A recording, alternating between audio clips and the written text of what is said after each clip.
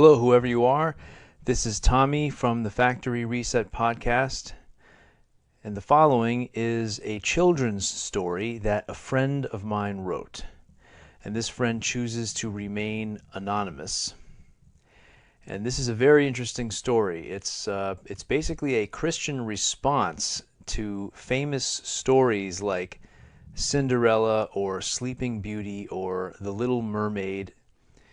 These kinds of famous stories, which may seem to be harmless or even helpful stories for kids as they grow up, but in reality they give them some pretty unhelpful ideas that they will later have to unlearn if they want to follow Jesus.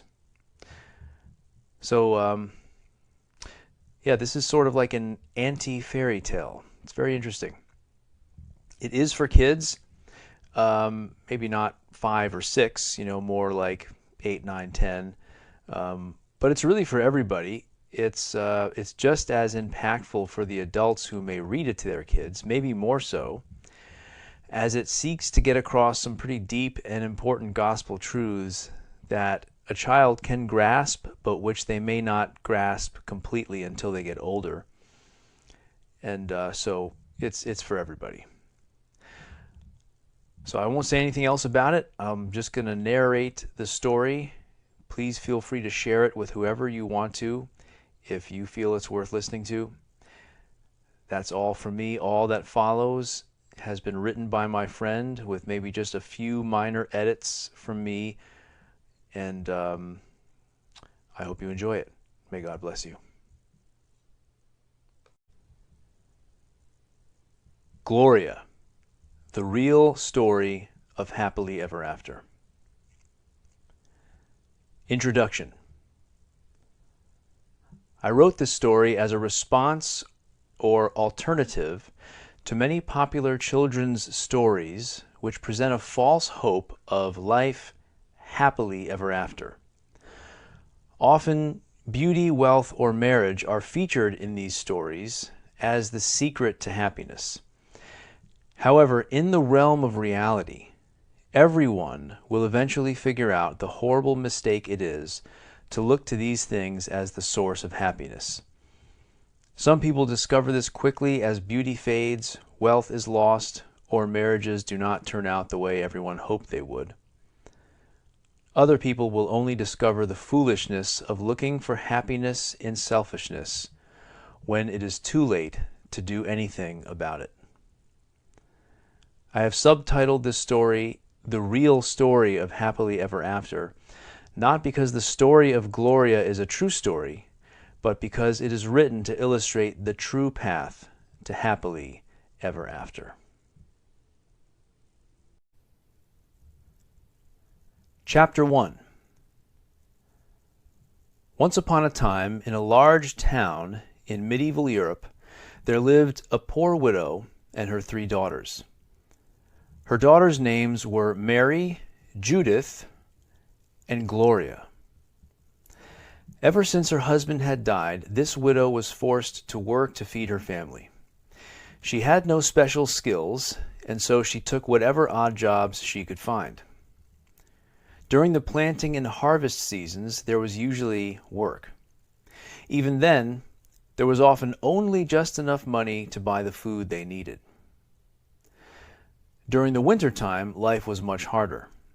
Sometimes several days would go by when the widow and her family would have no food to eat. Although the widow was dutiful and provided for her children, she was not a loving woman. Ever since her husband had died, she had resented the hard life she had been given. Many times, as she lay awake at night hungry, she wondered why she worked so hard to feed her daughters when she had so little for herself. She especially resented her youngest daughter, Gloria. Every time the widow looked at Gloria, it reminded her of her husband's death, which had happened shortly before Gloria was born. Because the widow spent most of her day looking for work, her 3 daughters were given the task of minding the house. Even from a young age, they had to prepare meals, collect the water, search for wood to burn, wash the clothing, and other household chores.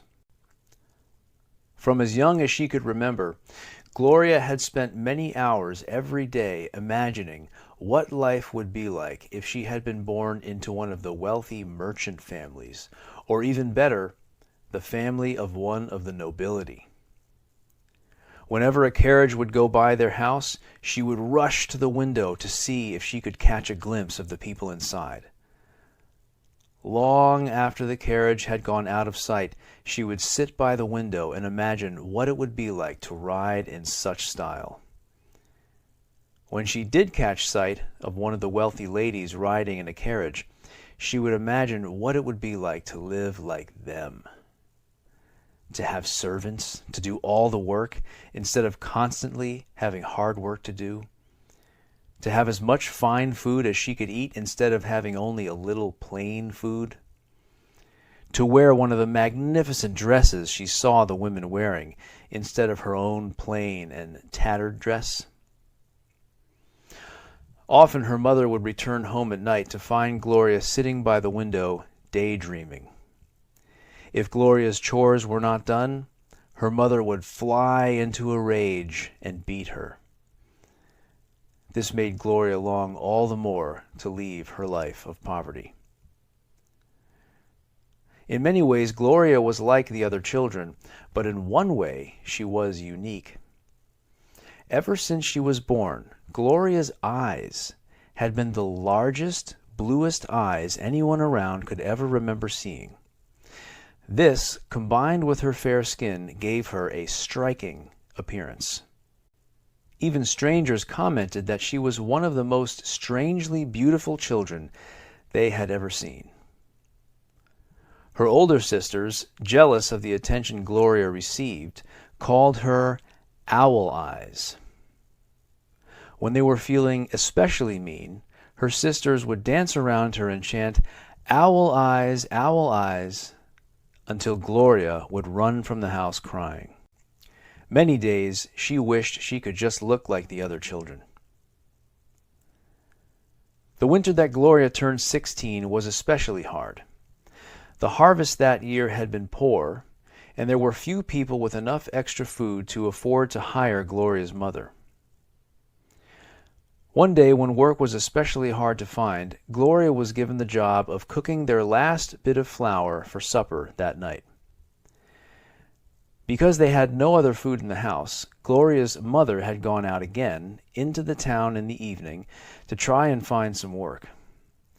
Gloria's sisters had been sent to gather wood to keep the fire burning through the night. As the fire burned, Gloria watched the flames dancing in the fireplace and imagined herself dancing in a shining dress in a great banquet hall with a large crowd of people dancing around her. When her mother returned, she found Gloria lost in thought and the small loaf of bread burnt beyond recognition. Her mother was so angry at the thought of losing their last bit of food that she threw Gloria out of the house and told her never to return. Gloria stumbled through the town streets in a daze. Many times she had longed to leave her home, but her hope had always been to leave for something better. She had never imagined being homeless. When she finally looked around, Gloria found herself in the local street market. The booths were all quiet, as the vendors had all gone home for the day. The sight of the market made Gloria realize that she had no way to buy food. Being very hungry already, this thought was more than she could handle, and Gloria sat down and wept.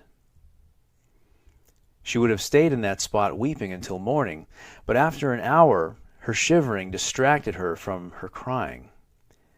The cold wind was blowing through the open market area, and Gloria realized she was as cold as she could ever remember being. Suddenly, the fear of dying from the cold became a much more urgent concern than finding food to eat. She started to wander again through the town, but this time with the purpose of finding a warm place to sleep. She walked by many houses, with light shining through the cracks in the shutters or under the door. She imagined the warmth inside these homes, but had no hope that she would be given a place to stay in any of them if she asked. As she passed through an alley, she passed behind the large house that must have belonged to one of the wealthier merchants in the town. At the back of the house stood the stables. These were closed for the night, and Gloria thought that she might find some warm straw inside to sleep in. She snuck in through the stable door, half expecting to be chased away. The stable was dark, and she could just barely make out the shapes of a few horses. Some stood still and slept, while others quietly munched on a pile of hay. In the back corner she found a large pile of clean straw. Gloria dug out a hole in the pile and then wrapped herself in straw. She fell asleep to the sound of horses breathing and the munching of hay. Her last thought before she fell asleep was that even the horses in this household never lacked food. Gloria woke in the morning to the sound of one of the horses being saddled and led out of the stable.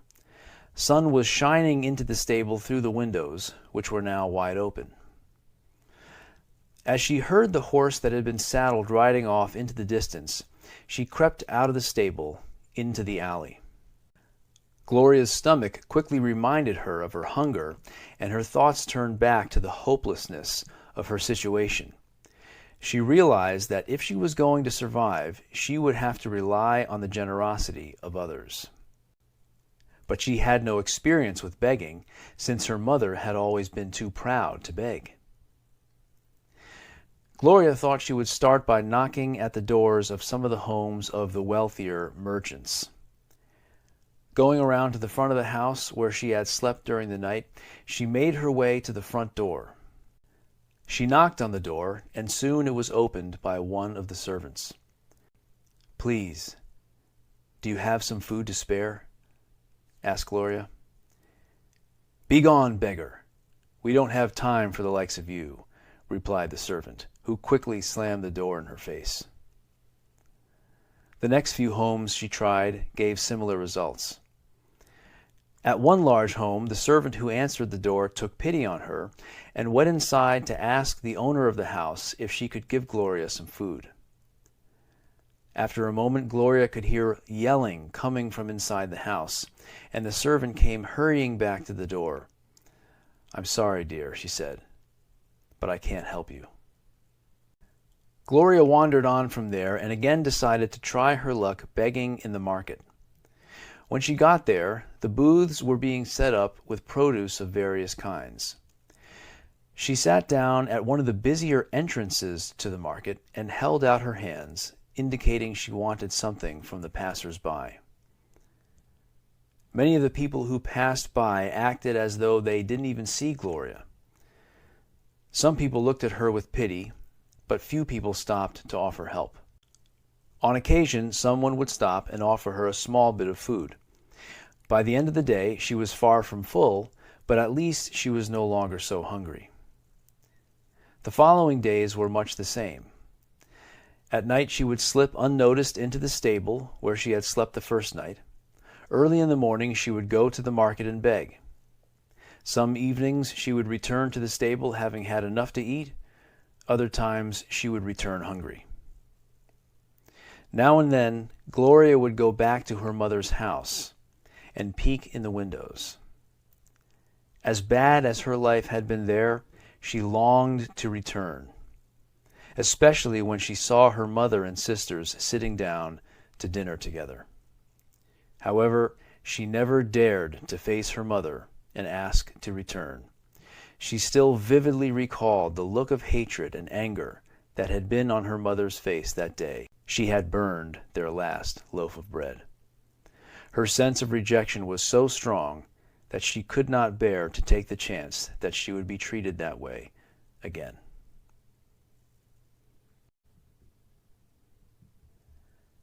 Chapter 2. One day, while Gloria sat in the market begging, she noticed an older woman staring at her.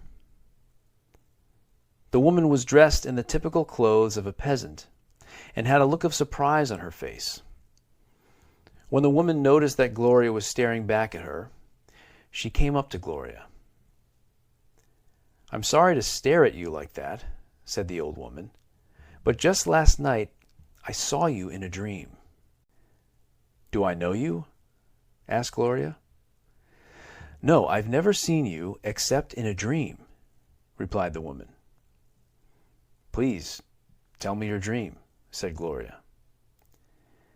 "In my dream, I saw a great crowd of people, and in the center of that crowd there stood a young woman.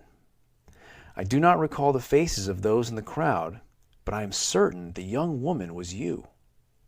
I distinctly remember the large blue eyes staring back at me. I do not know how I knew this, but I was aware that you were at a large wedding banquet. Your dress was so white and was shining so brightly that it was hard to even look at you without squinting, but somehow your face was burnt on my mind. Then I came to the market this morning and saw you sitting here." That sounds like a wonderful dream, but I'm afraid it's not very likely to ever happen. Not many people go from being a poor wretch like me to a life like that, Gloria said with a bitter laugh. "Tell me," said the old woman, "where do you live, and why do you beg here? Do you have no family to help you?" "I had a family, but they want nothing to do with me anymore. My home is a stable, and I beg just to get enough food to survive." "You may come and live with me," said the old woman. "I already have many people living with me, and we do not have much food, but what we have we will gladly share with you." Gloria was surprised by the kindness of this woman and was still trying to decide how to respond when a commotion on the other side of the market caught her attention. She heard the sound of galloping horses and then saw a number of riders enter the marketplace. One of the riders was wearing the fine clothing of nobility. The rest of the riders appeared to be the king's soldiers. At the sight of the horsemen, the old woman hastily collected her belongings and whispered to Gloria, "Come quickly if you will." When Gloria hesitated, the old woman hurried from the marketplace. As she left, she called back softly to Gloria, "I'll return tomorrow." Gloria, surprised at the old woman's haste, watched her disappear into an alley not far away. She sat there wondering why the old woman had seemed so frightened by the horsemen, but her attention was soon drawn back to the other side of the market, where the finely dressed rider had stood in his saddle and was addressing the crowded marketplace. "Hear me, townsfolk. I am Celsus, the king's chief adviser. The king's eldest son, Crown Prince Leviculus, has now come of age to marry. He has requested his father to find the most beautiful young woman in the country to be his bride. The king has entrusted me to search the whole town and the surrounding countryside to find a bride for his son. We have spent the last few days searching the town for potential brides, and will spend today in this market searching for even more beautiful young women than we have found so far." As the riders dismounted and started to move throughout the marketplace, the place exploded in a flurry of activity. Men and women rushed to bring their daughters to the market in the hopes that they would have a chance of marrying the prince.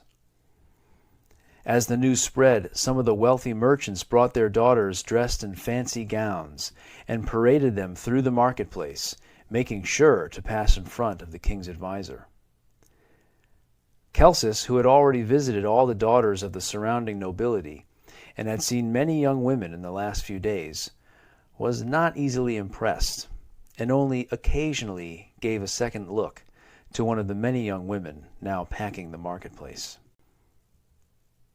In all this business and distraction, Gloria was entirely forgotten. Throughout the day, Gloria's thoughts went back repeatedly to the old woman.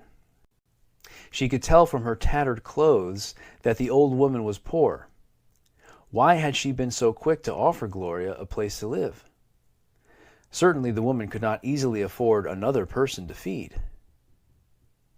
Gloria also pondered the dream and what it might mean. She looked forward to seeing the woman the next day. As the end of the day drew near, not one person had stopped to give her food. Gloria was wondering if she should move elsewhere to beg, when she noticed one of the soldiers staring at her with an odd expression on his face. She kept her eyes down. It was well known that the king was not fond of beggars in his kingdom, especially so close to the castle.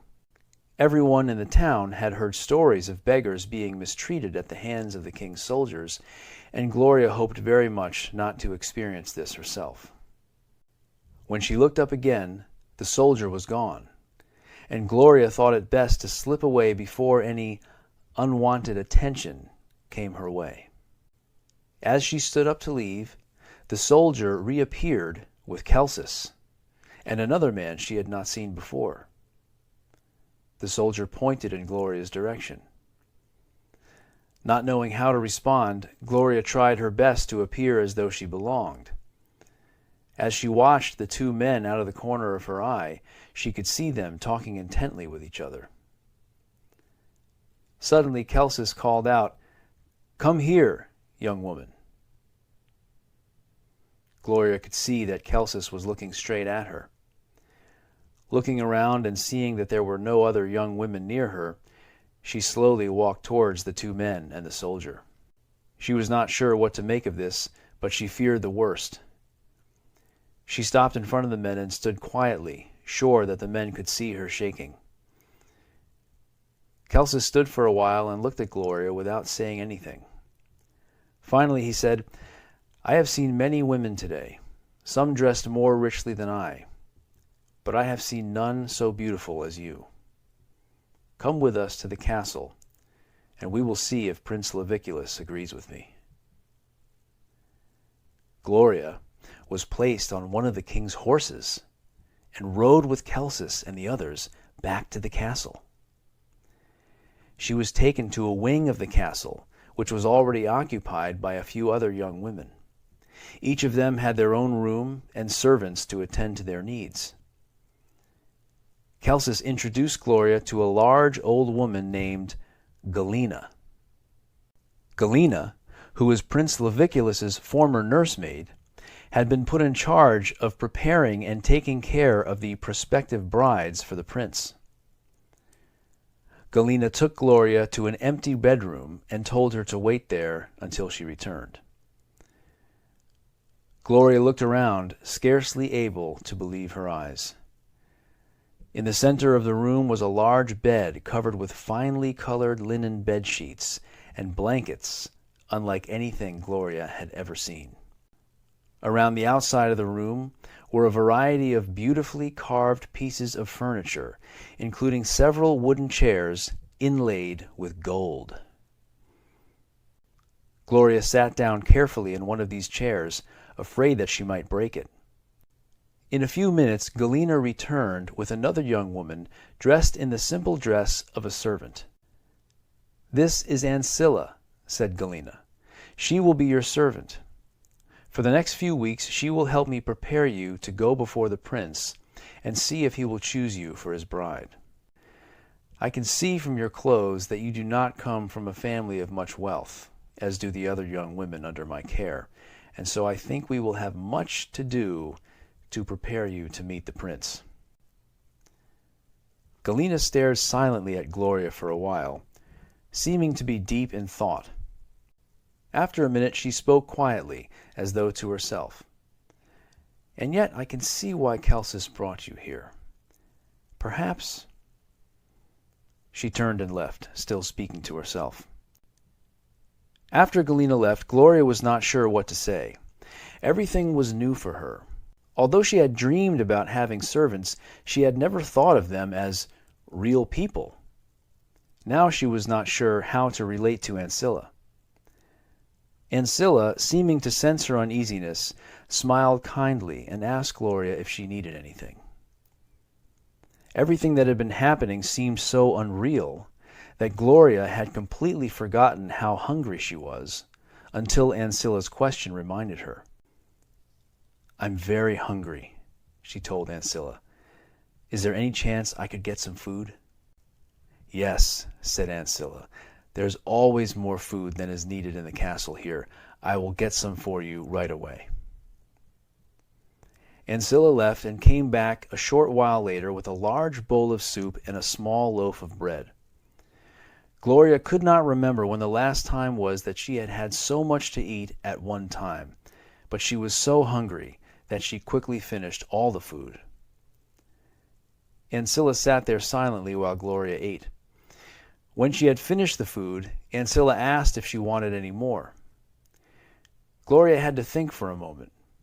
She had never been in a situation before where she could have as much food as she liked just by asking. After considering her options, she decided she was full enough not to ask for any more. Ancilla took the bowl and spoon and left the room. When she returned, Gloria was sleeping in her chair, completely exhausted by the day's unbelievable events. Ancilla gently woke her and helped her into the large bed in the center of the room. When Galena came later that evening to call Gloria for the evening meal, she found her fast asleep. After a moment's thought, she decided not to wake her, and Gloria slept as soundly as she could remember ever sleeping until the light and noise of the morning woke her.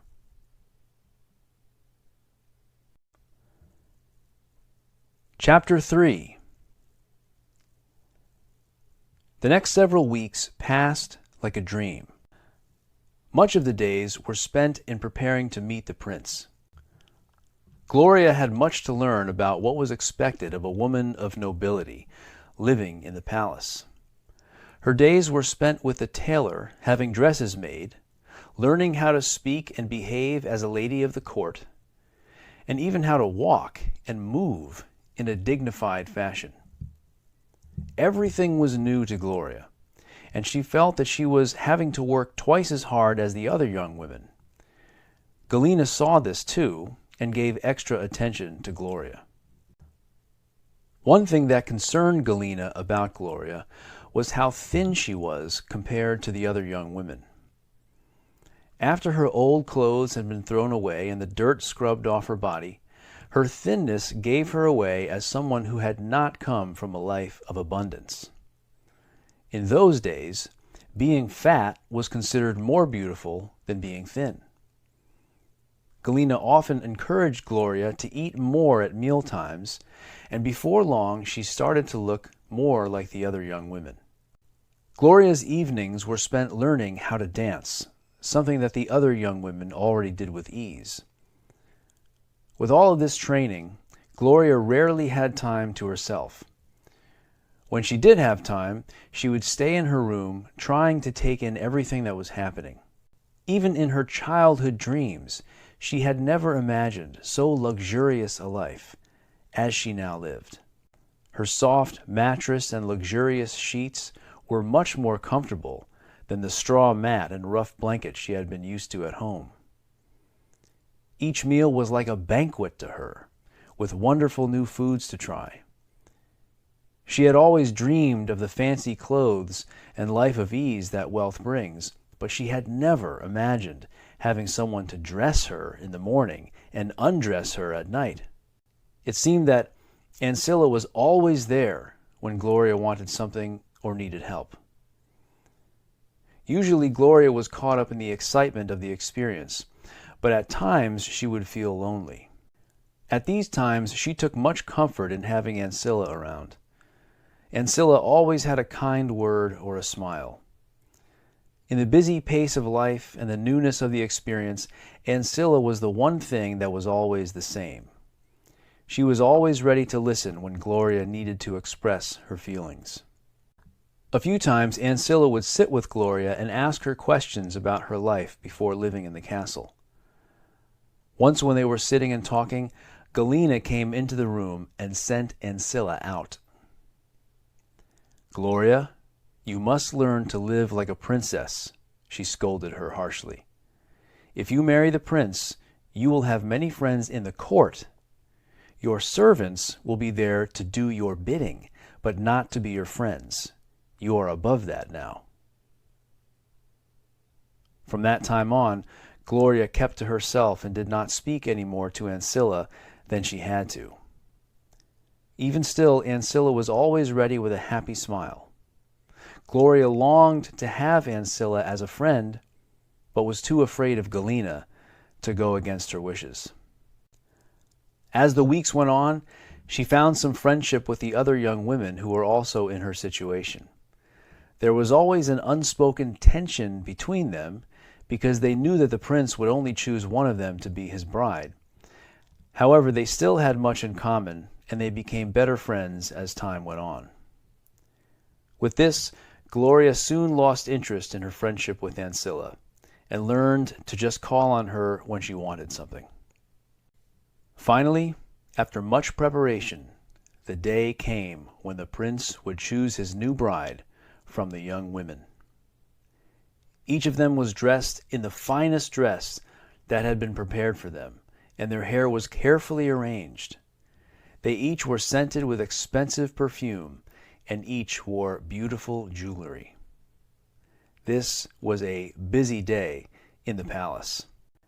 Prince Leviculus was the king and queen's only son, and wealthy and powerful people had come from around the kingdom to see the prince choose his bride.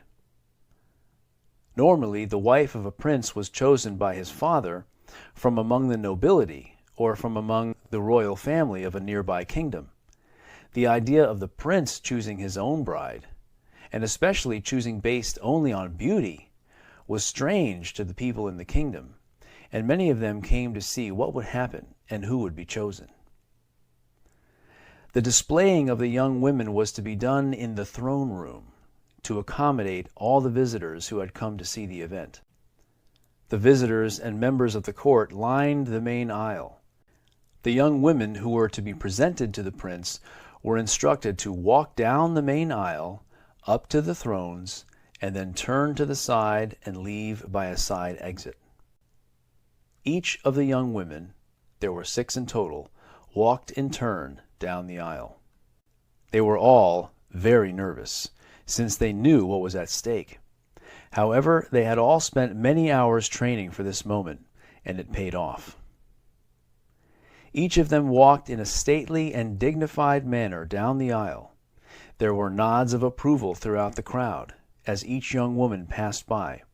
Almost everyone agreed that they were all beautiful women. Finally, the time came for Gloria to walk into the throne room.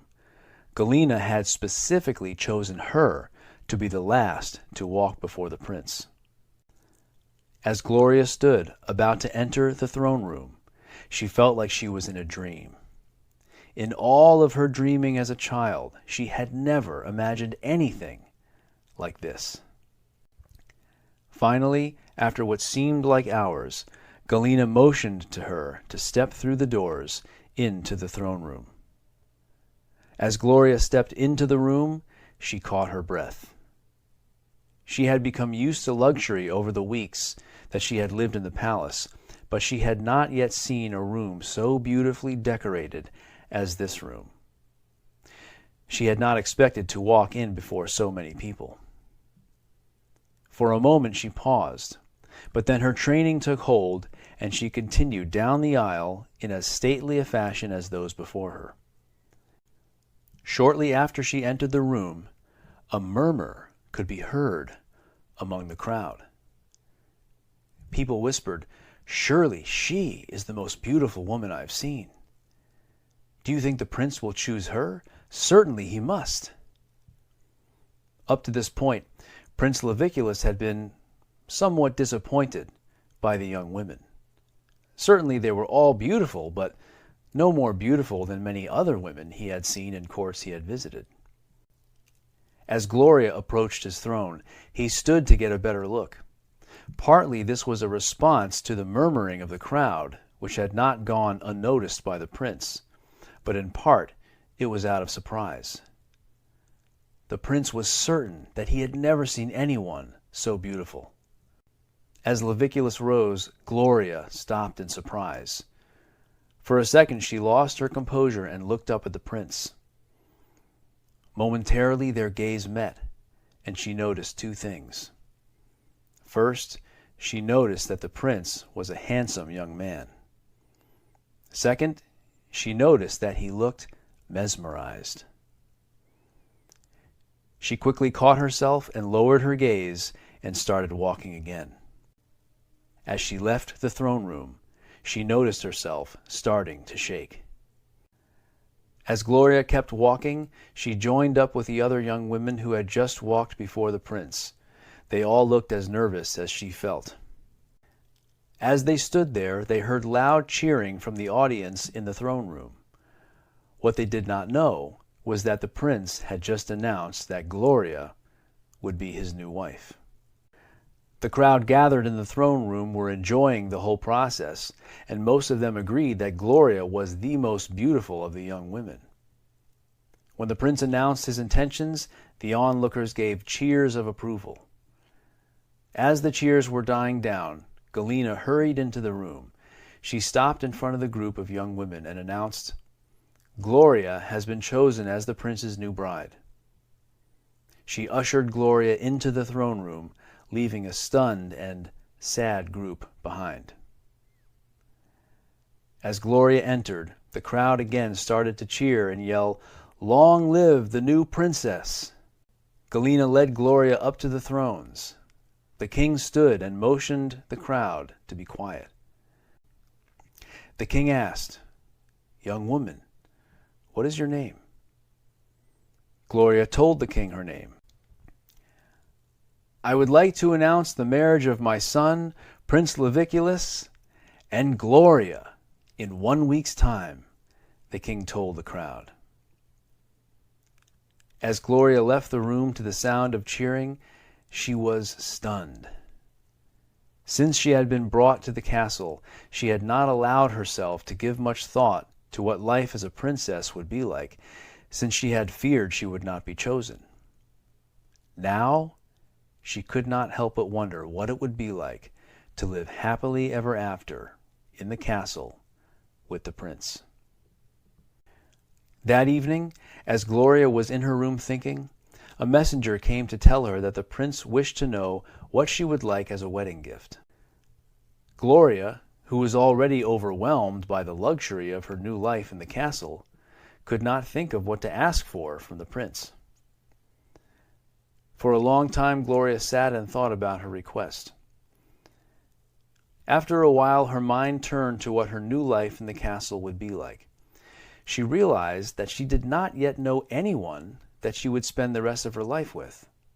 This gave her the idea to ask for her servant Ancilla to remain in her service, and for the young women who had also been brought to the castle as potential brides to become her ladies-in-waiting. She sent the messenger back with this request.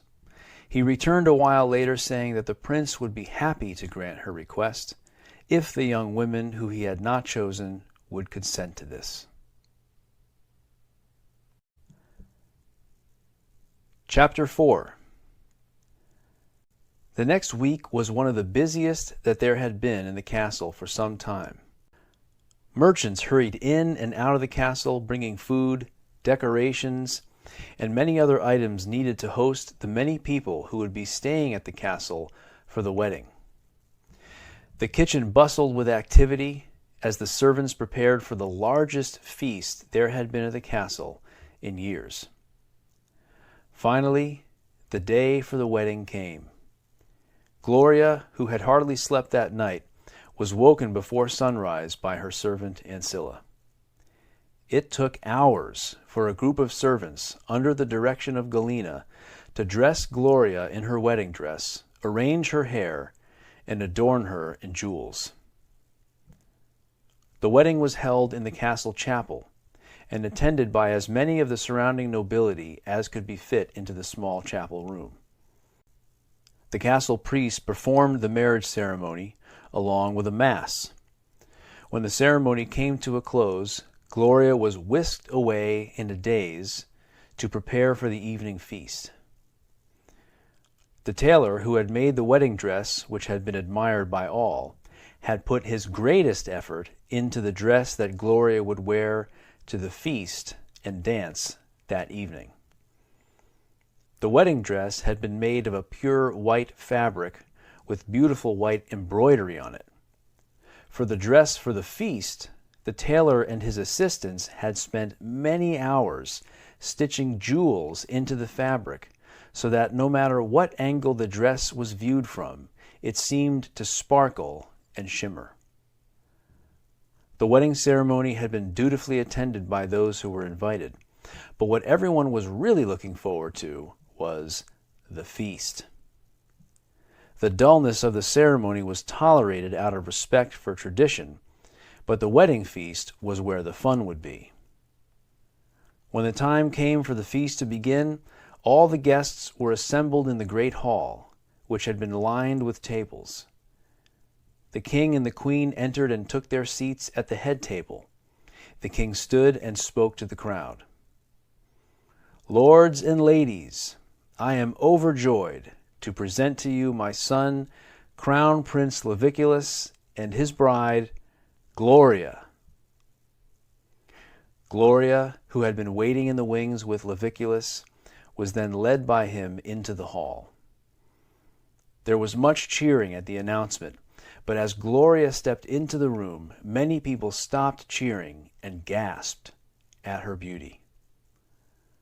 The light from the great fire and the many torches on the walls made her dress shine like 1,000 tiny lights.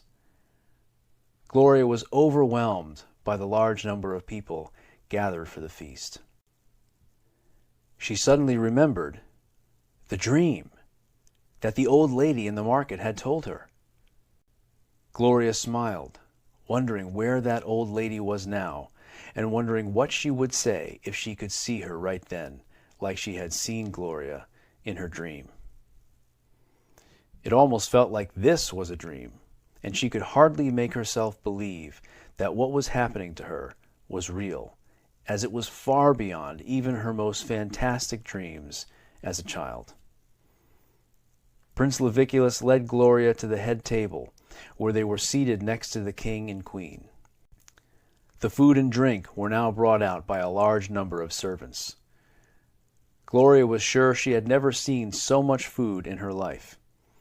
There were roasted quail, chicken, goose, and even peacock. There was venison and wild boar. There were many types of fruits, soups, and tarts. As well, there was enough wine and ale to keep all of the guests quite happy. After the eating started, the entertainment began. A variety of musicians, singers, jugglers, along with the court jester, made their way around the hall, entertaining the guests. Gloria, who was struggling to take everything in at the same time, felt happier than she had ever felt in her life. She wished this day would never end. The many guests did too, as there was enough food and drink to satisfy even the greediest of the crowd, and all of the guests left that night feeling as though they would burst. The following months were a whirlwind of activity.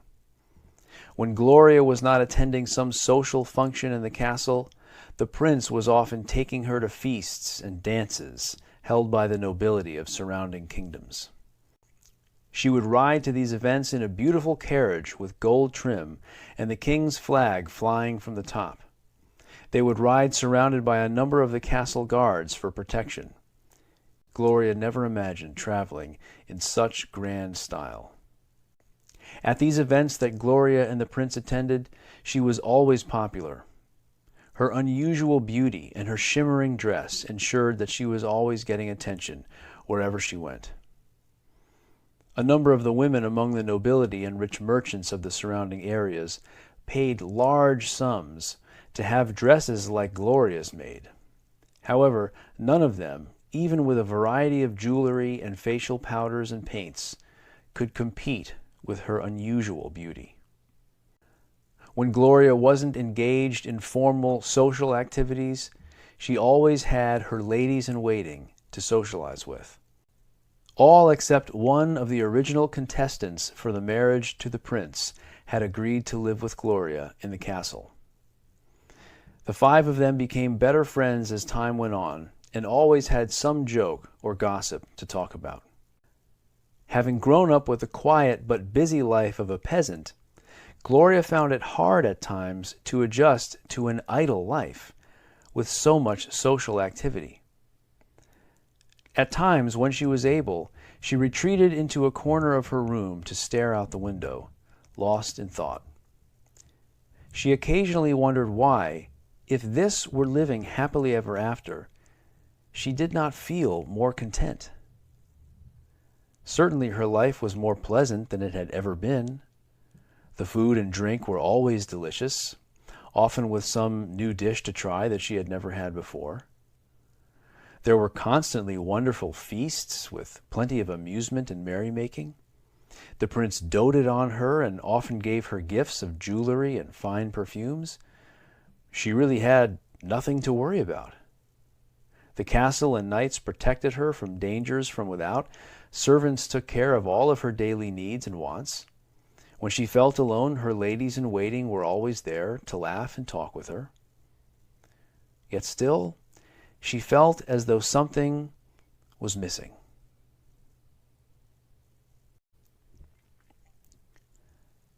Chapter 5. About 2 years after their marriage, Prince Leviculus and Gloria were invited to the wedding of a nearby prince named Narcissus, whom they knew from the extravagant feasts that his parents had thrown at their castle. This prince was always among the most extravagantly dressed at any event he attended. The wedding was rumored to be an event not to miss, as the prince was said to be marrying a beautiful Arab princess. This was unheard of in this part of the world. Interactions between these kingdoms and the Arab kingdoms were rare and usually not pleasant. What stories came back to these kingdoms told of the Arabs being savage men without the refinement of European society. This wedding was the focus of much talk in many of the surrounding courts for months before it happened. When the time for the wedding finally came, all the guests, including Prince Leviculus and Gloria, crowded into the castle, waiting to get a glimpse of this much-discussed princess. When she was finally introduced, the crowd was amazed. She had dark black hair and light brown-colored skin. These things, combined with her small, beautifully shaped dark eyes and her unusually dainty figure, made her quite unlike the European women. This society was not very open to foreigners, and some of the guests muttered that such foreign savages should not be introduced into the ranks of nobility. However, this prince and his father the king were well liked and powerful, so these comments were only spoken of quietly among those few who agreed. The majority of the people, however, were impressed by the strange foreign beauty of this new princess. In the months that followed this wedding, Prince Narcissus and his new bride were the focus of attention at every social event they attended. Admiration for this prince and his beautiful new wife were so great that many of the wealthy women in the area started to use various paints and dyes to try to darken their complexion. Prince Leviculus, who was by this time used to being the center of attention with Gloria at his side, fell into a deep depression. He stopped going to many of the social events, and when he did go, he often would not take Gloria with him. Their previously happy relationship was now much more cold and impersonal. The prince spent much more of his time out hunting and involved in political affairs. Gloria at least had her ladies-in-waiting, but she found it harder and harder as time went on to enjoy their laughter and company. At this time she found her servant Ancilla to be all the more comforting a companion. Although Ancilla rarely spoke without first being spoken to, her quiet but constant presence and her peaceful demeanor and helpful attitude were a welcome contrast to the loud, self-centered chatter of the other women. With less time spent with the prince and her ladies-in-waiting, Gloria would often take walks on the castle grounds. She did not walk outside the castle grounds, since there was little protection offered for her out there. One day, while out walking, she came across a procession of people being herded out of the dungeon by the castle guards. The group of people was an odd-looking group. There were young and old, men and women, and even some older children in the group. They all had tattered clothes and looked as though they had not eaten in some time. Cuts and bruises on many of them suggested that their time in the dungeon had not been a pleasant one. At the front of the procession were Leviculus and the castle priest. Along with them was a richly dressed man that Gloria recognized as the bishop over the area. Behind the three men walked a man dressed as an executioner, leaving Gloria little doubt what was happening. She knew that criminals were routinely executed on the castle grounds, but had not yet witnessed this.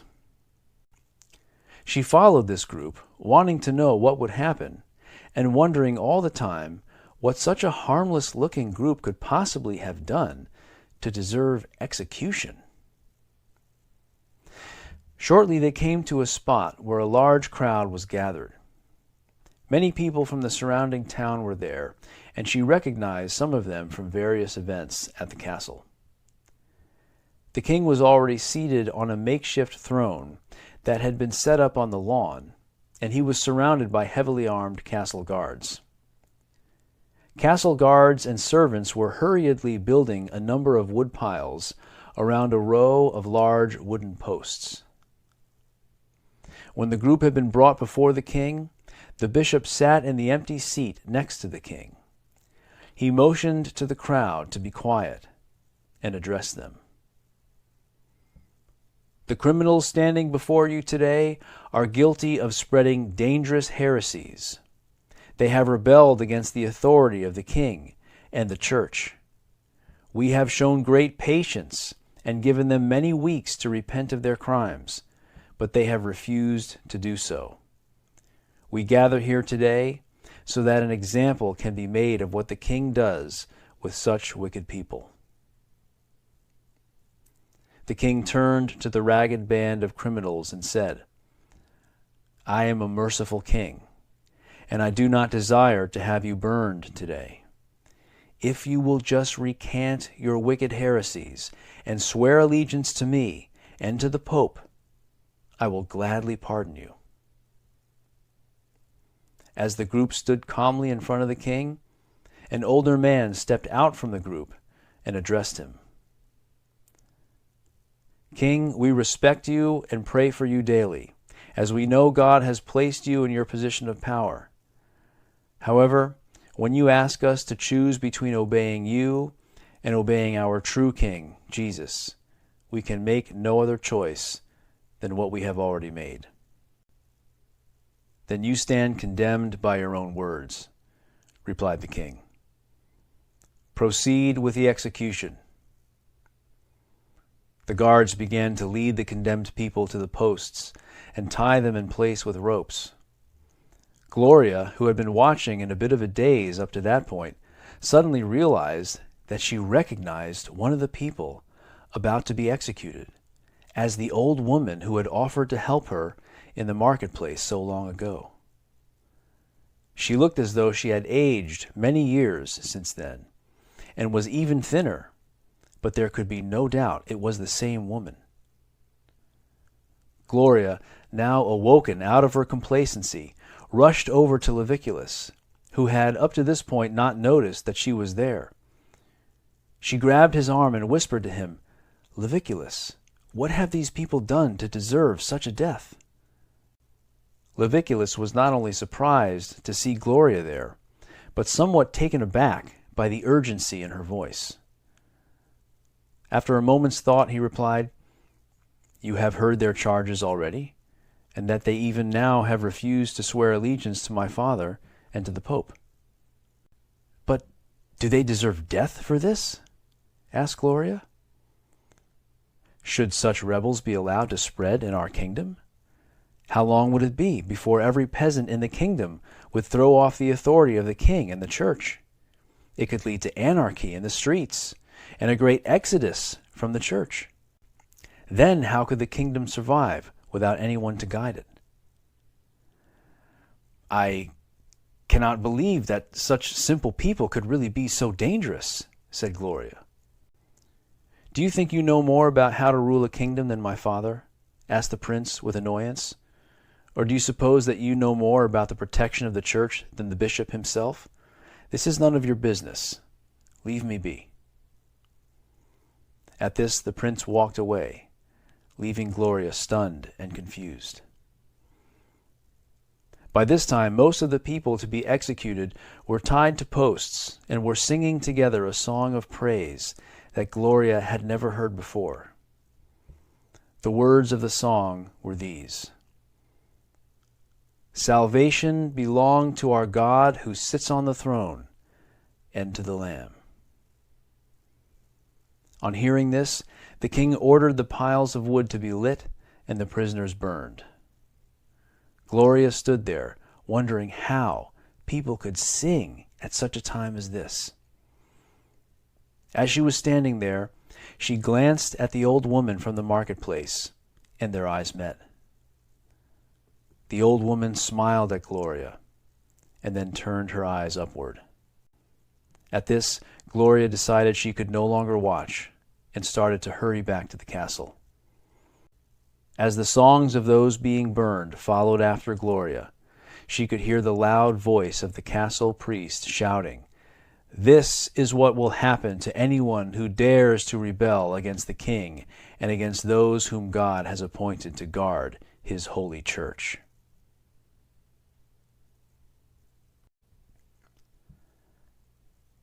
Chapter 6.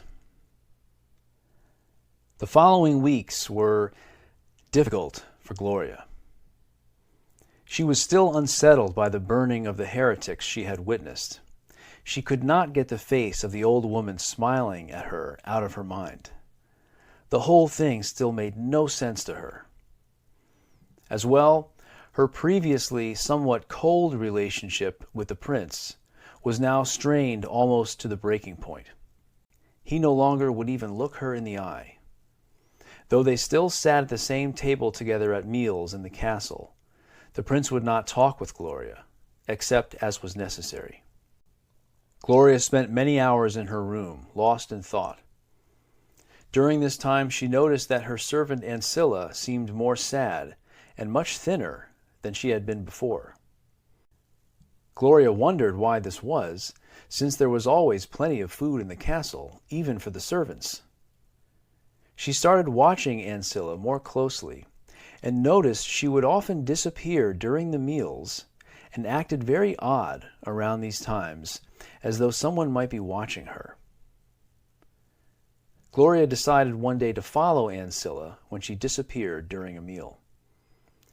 When she saw Ancilla leave from the dining hall, she made an excuse about needing to leave for a moment and followed after her. She followed Ancilla to the kitchen, where one of the servants there handed her a bowl of food. Ancilla then continued past the kitchen and out onto the castle grounds. Gloria, curious as to what this strange behavior could be about, followed behind quietly. Ancilla tucked the bowl of food behind a fold in her dress and quickly ran to the point in the castle wall where the servants' entrance was, where food and supplies were brought into the castle grounds. After a quick word with the guard there, she slipped outside. Gloria, not wanting to be seen following, decided to hide behind a nearby bush and wait to see what would happen. After a few moments, Ancilla came back in through the wall and hurried back towards the castle. Gloria followed her back and arrived at the kitchen just in time to see Ancilla returning her now empty bowl and hurrying off. Gloria, not wanting to be missed, quickly ran back to the great hall and took her place at the table. When Gloria returned to her room that night, she found Ancilla there waiting for her as usual. When she was sure they were alone, she asked Ancilla, "What were you doing outside the gate tonight?" Ancilla, quite surprised at the question, said nothing for a moment. Then she said, "I assure you I was doing nothing wrong, my lady." "I'm not trying to bring trouble on you, Ancilla. I simply want to know what you were doing." Ancilla, with a worried expression on her face, thought for a while before finally answering. "I was giving food to some of my poor family outside the castle. The current situation has left them with little to eat, and so they depend on me to help them." "Then you are stealing food from the castle?" "No, I assure you I am not. I am only giving them some of the food allotted to me. I take nothing to them that is not given to me first." "Then what do you eat yourself?" "I eat some of what I am given." "But look how thin you have become. Certainly you cannot be getting enough." "Perhaps not, but how can I be full while I let my brothers and sisters go hungry?" In one of his letters, the beloved disciple of Jesus asked if the love of God can be in such a person who has the world's goods and does not help his brother in need.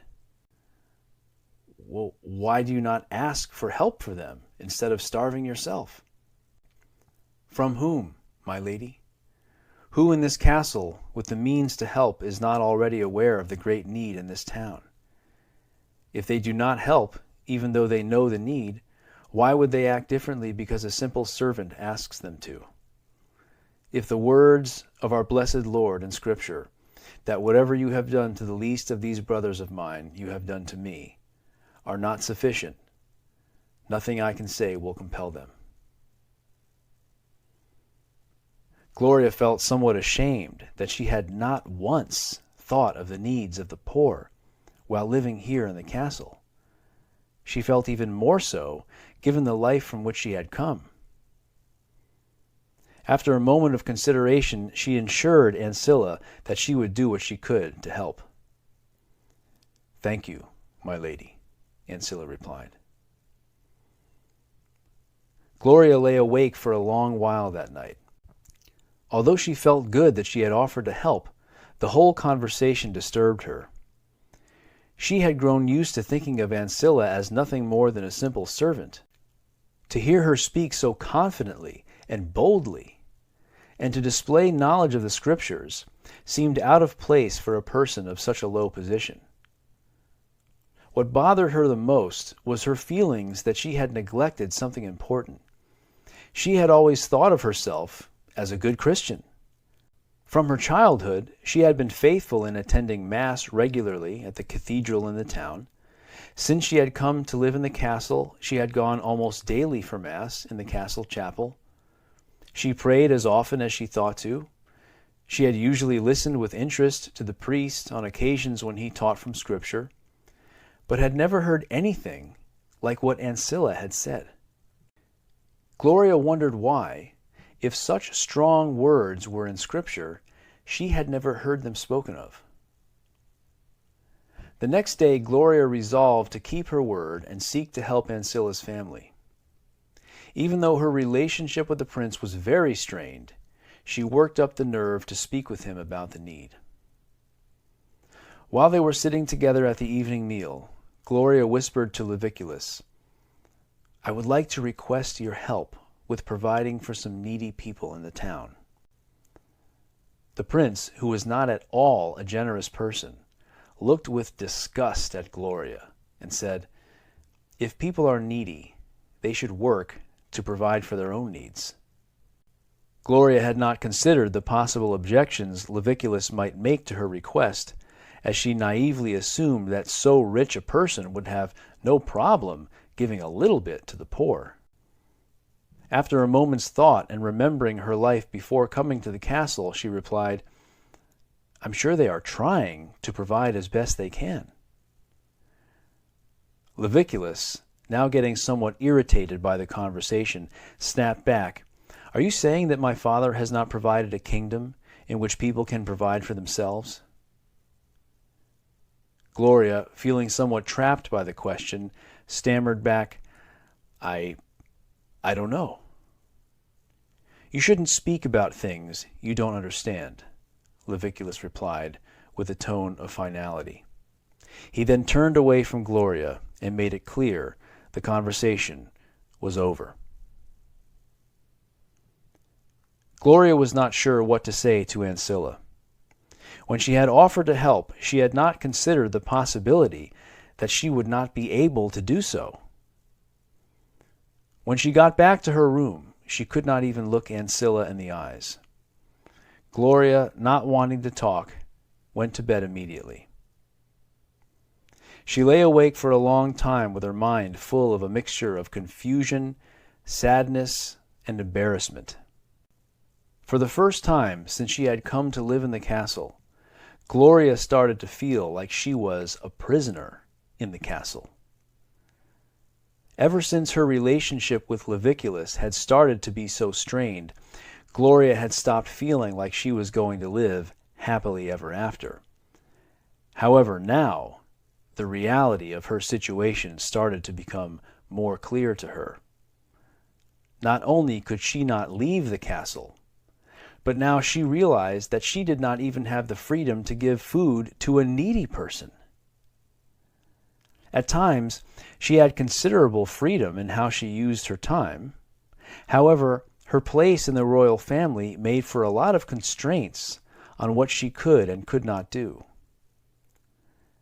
"How strange," she thought, "that I am married to the man who will one day be the wealthiest and most powerful in the kingdom, and I cannot even leave the castle or give some food to a hungry person.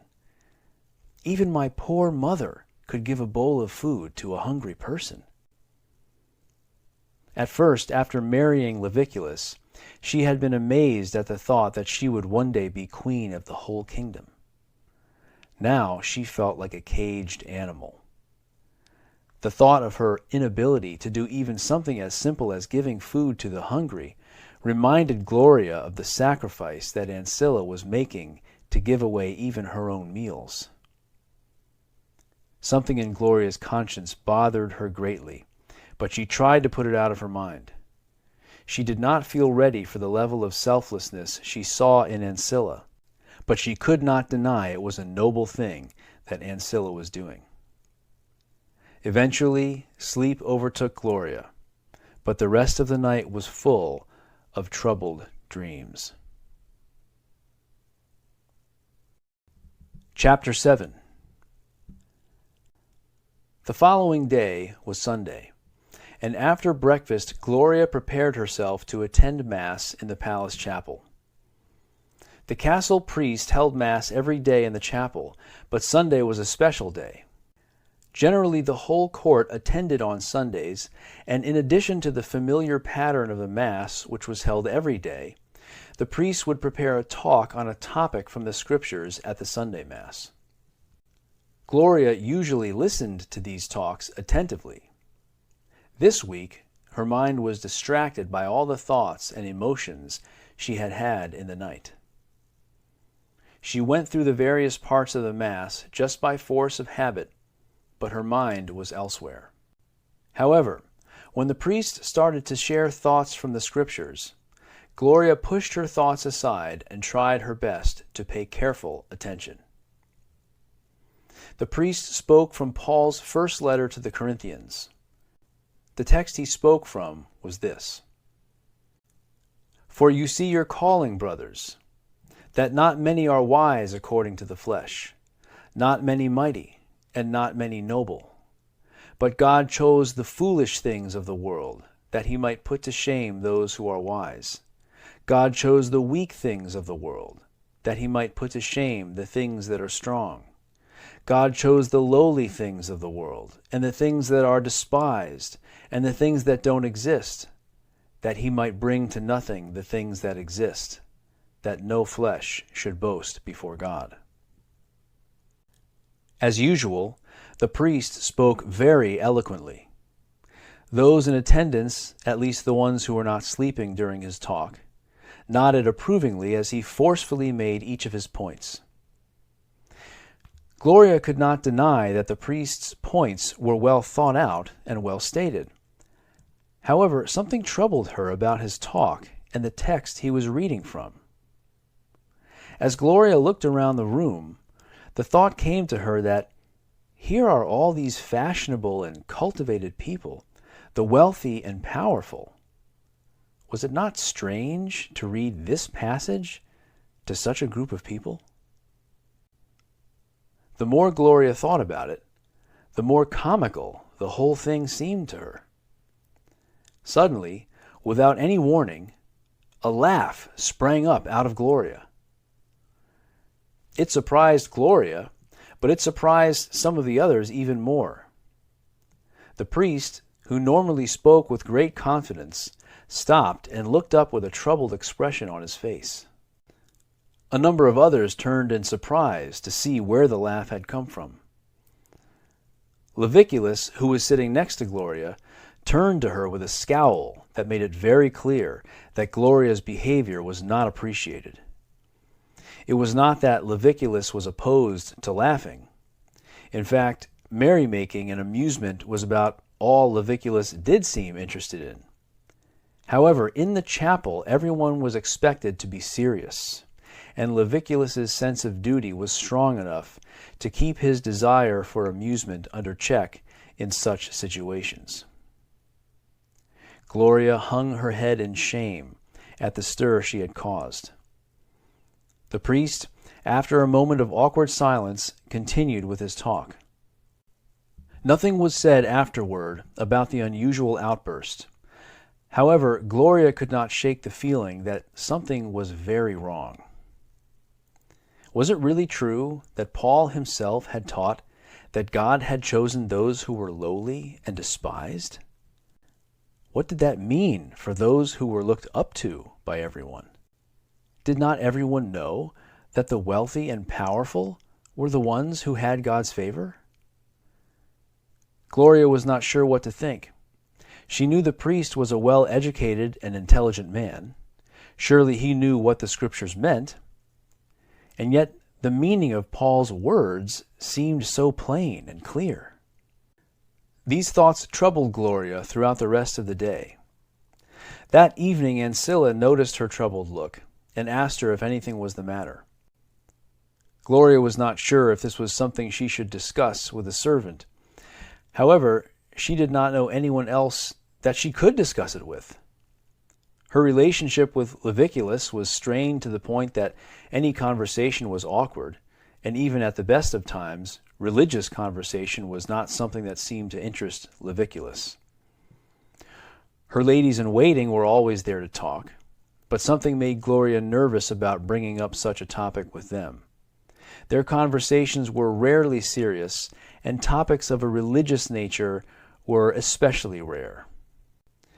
Maybe even a greater deterrent to Gloria mentioning her questions to them was that she had already observed that any expression of uncertainty or weakness was immediately seized on by the others and ridiculed in what seemed like a merciless competition to feel superior that they were all engaged in. Ancilla, at least, never seemed to act that way towards others. In desperation at the thought of having no one to turn to, Gloria decided to share her thoughts and questions from the day with Ancilla. Ancilla listened quietly and attentively as Gloria shared what had happened that day at Mass, and her struggle to know what to think about it all. After she was done, Ancilla asked her, "When God chose a family to raise his son, did he choose a wealthy family or one of the nobility?" Gloria had never really considered that before, and after a moment of thought she said she did not know. Ancilla told her, "When Joseph and Mary went to the temple to offer the required sacrifice after Jesus was born, Luke recorded that they offered a pair of birds." Gloria wondered what the significance of that was to the topic at hand. Ancilla continued, "Moses gave the instruction in the law that every family of the Jews was required to offer a sacrifice after the birth of a child. This sacrifice was to be a lamb and a bird. However, if the family was too poor to afford a lamb, they could offer 2 birds instead." As Gloria thought about that, Ancilla asked her another question. "When Jesus came to earth, did he come as a wealthy man?"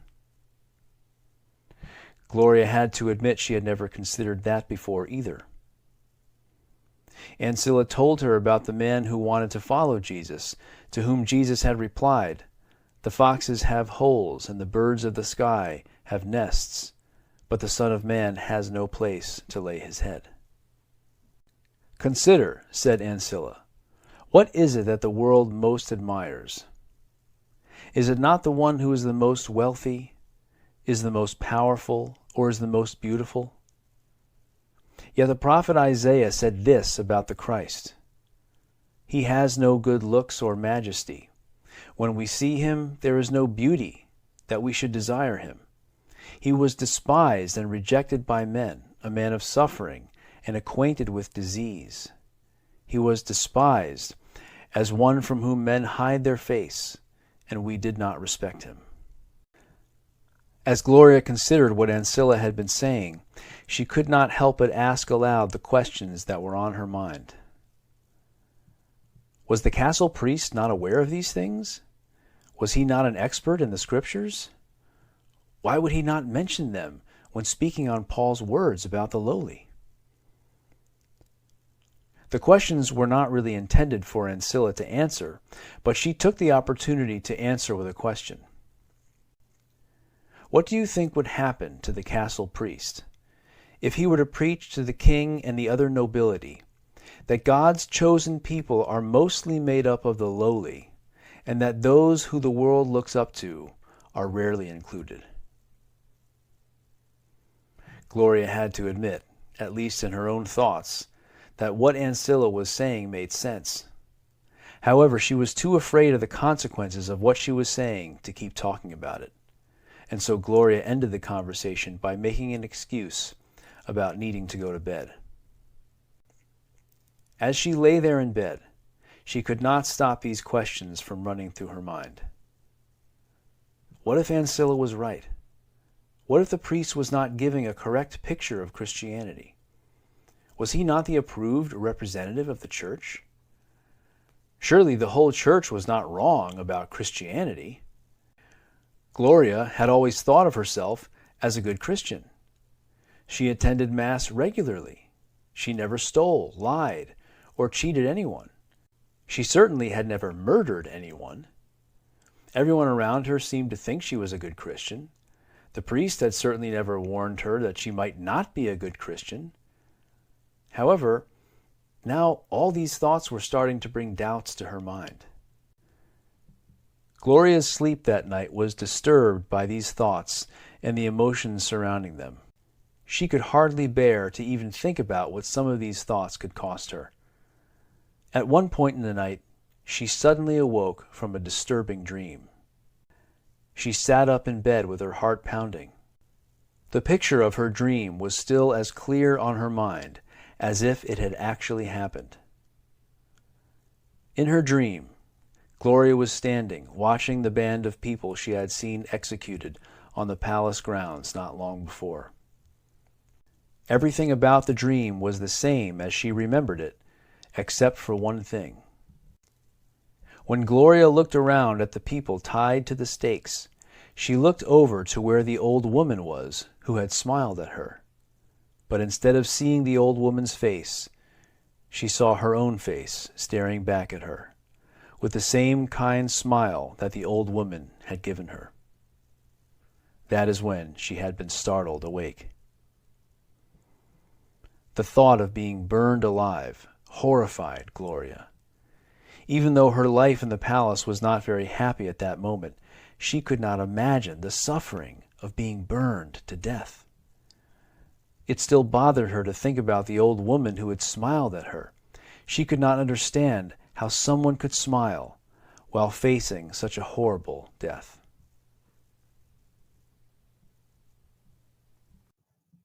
Chapter 8. The next day, Gloria could not stop thinking about her dream and the old woman she had seen being executed. What made her able to smile and sing in such a situation? What did she have that Gloria did not? Even the thought of such a death made Gloria shudder. Could this band of criminals who were executed have known something about Christianity that the priest did not know or did not want to talk about? She was not sure how she could ever figure that out.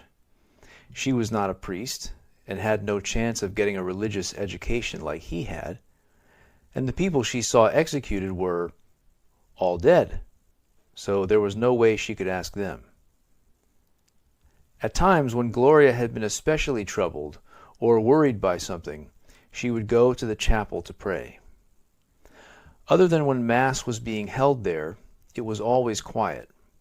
Sometimes there would be one or two other people in the chapel in silent prayer or thought.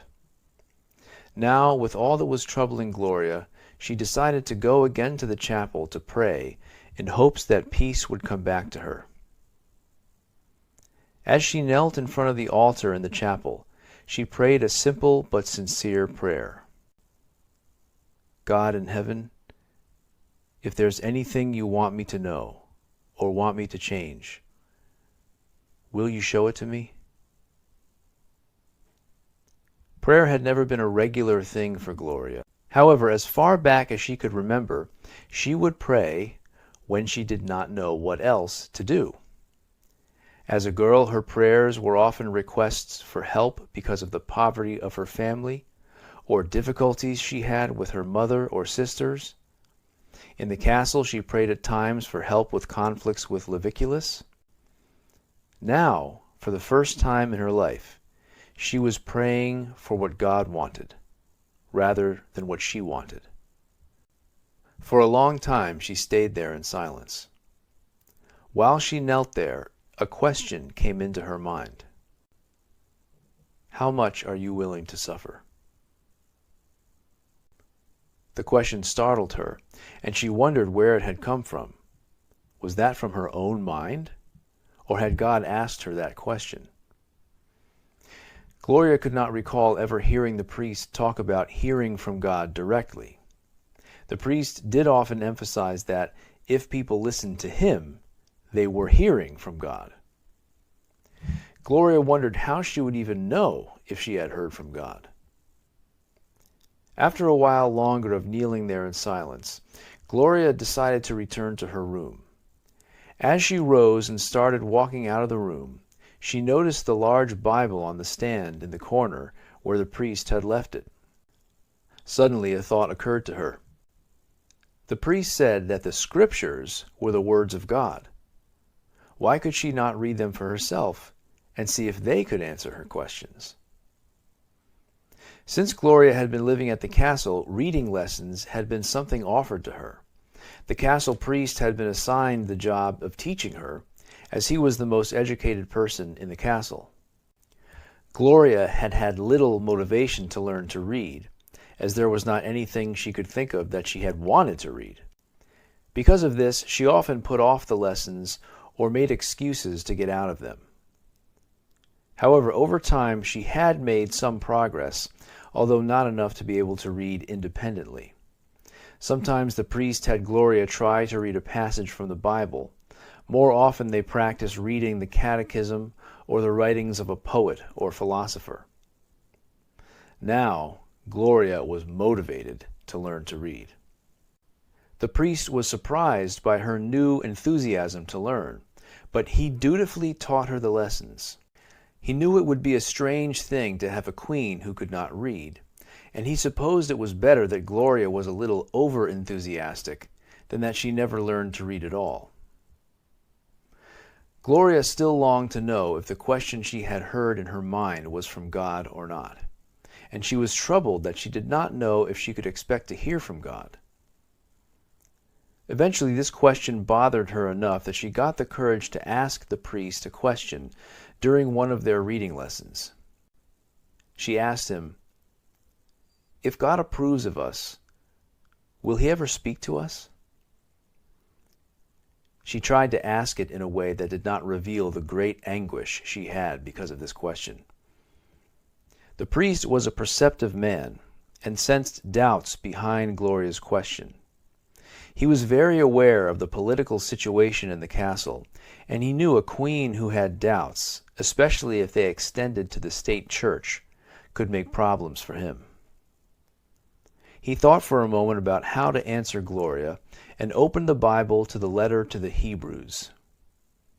He read Gloria the following: "Having then a great high priest who has passed through the heavens, Jesus, the Son of God, let us hold tightly to our confession. For we do not have a high priest who cannot be touched with the feeling of our infirmities, but one who has been in all points tempted like we are, yet without sin. Let us therefore draw near with boldness to the throne of grace, that we may receive mercy and find grace for help in time of need." The priest explained to Gloria that each Christian needed to hold tightly to the confession of the faith that they were taught by the church, which was the guardian of the faith. He also explained that each person who did so could confidently come before the altar at Mass and receive the body and blood of Christ. On earth, he explained, the altar is God's throne of grace, and when a Christian receives the body and blood of Christ, this is how one can receive mercy and help in time of need. After this explanation, which the priest was sure was a convincing one, he excused himself to attend to other duties. Gloria sat in thought for a while. She was not sure what to make of the priest's explanation, but it still did not answer her question of how to know if she had heard from God or not.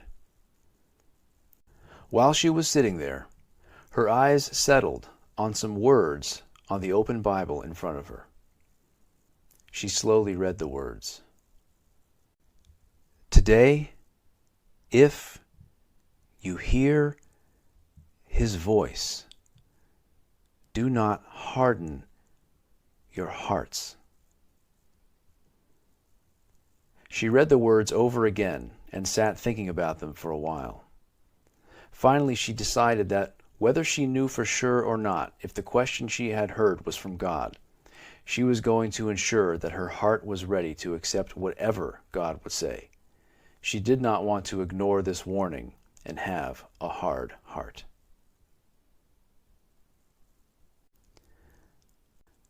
Chapter 9. After this, life started to change quickly for Gloria.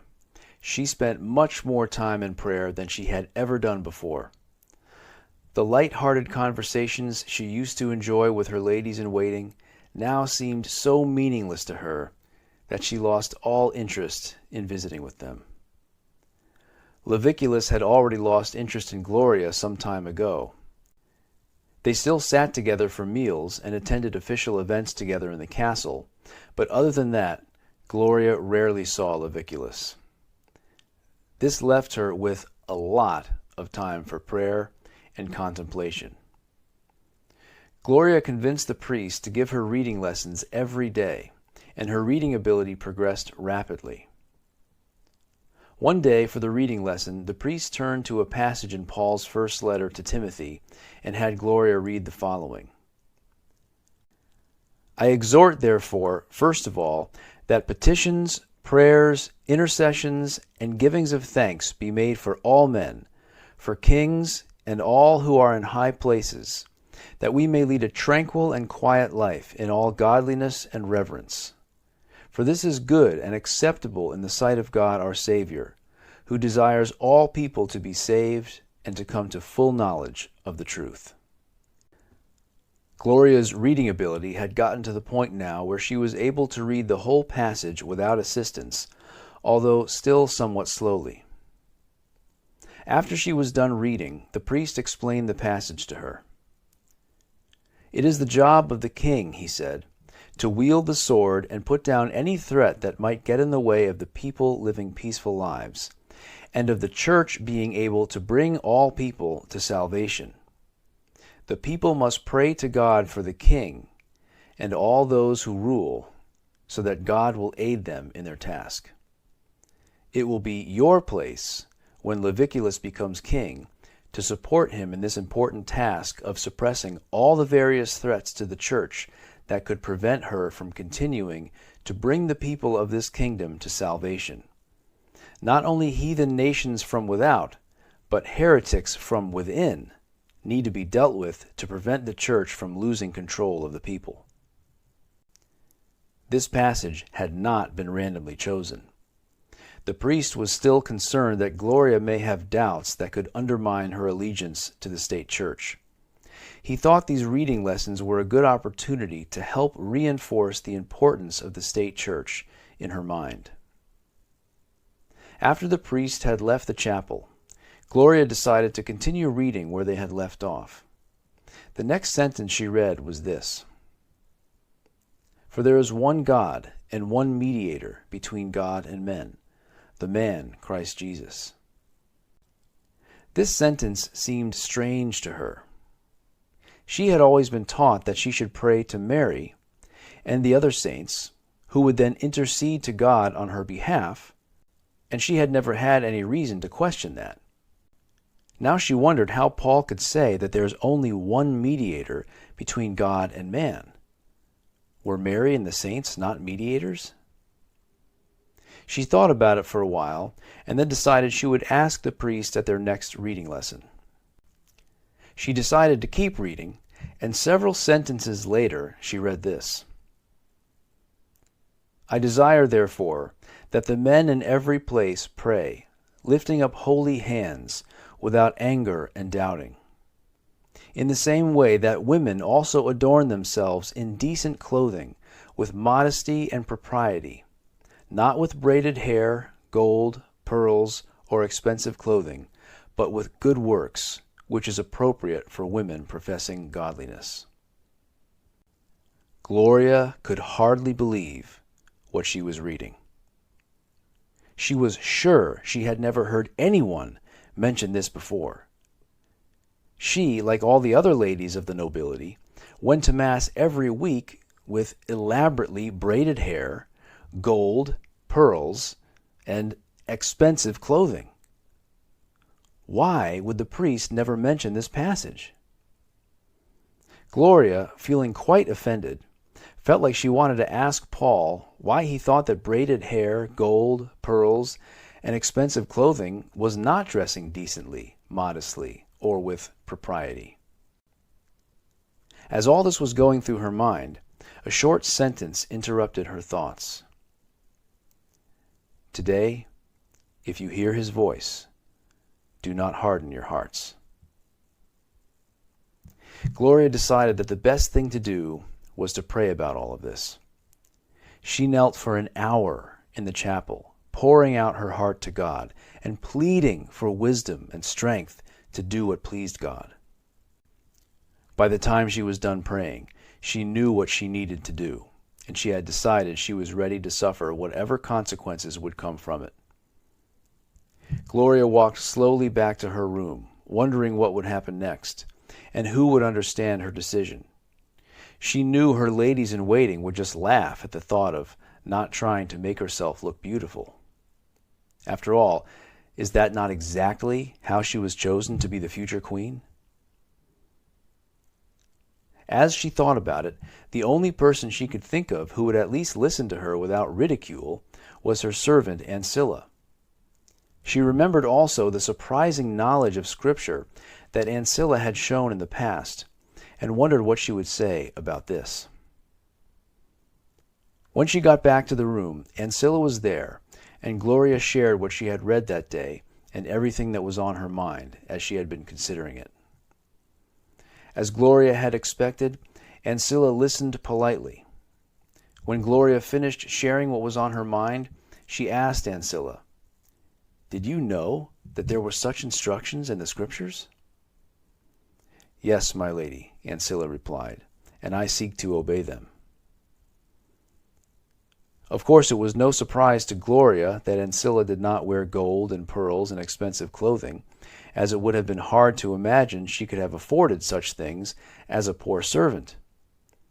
Ancilla wore the wimple, commonly worn by the peasant women of that day, so Gloria could not even have told if Ancilla was decorating her hair, but she realized that would be a silly thing to do if your hair was covered all the time.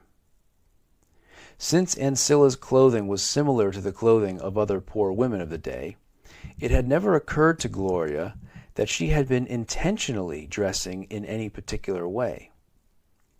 However, now that she thought about it, many of the other female servants, even though they lacked the money to have costly decorations, often found some inexpensive way to decorate themselves or their clothing. Although it had never stood out to Gloria before, Ancilla's clothing was always plain and simple.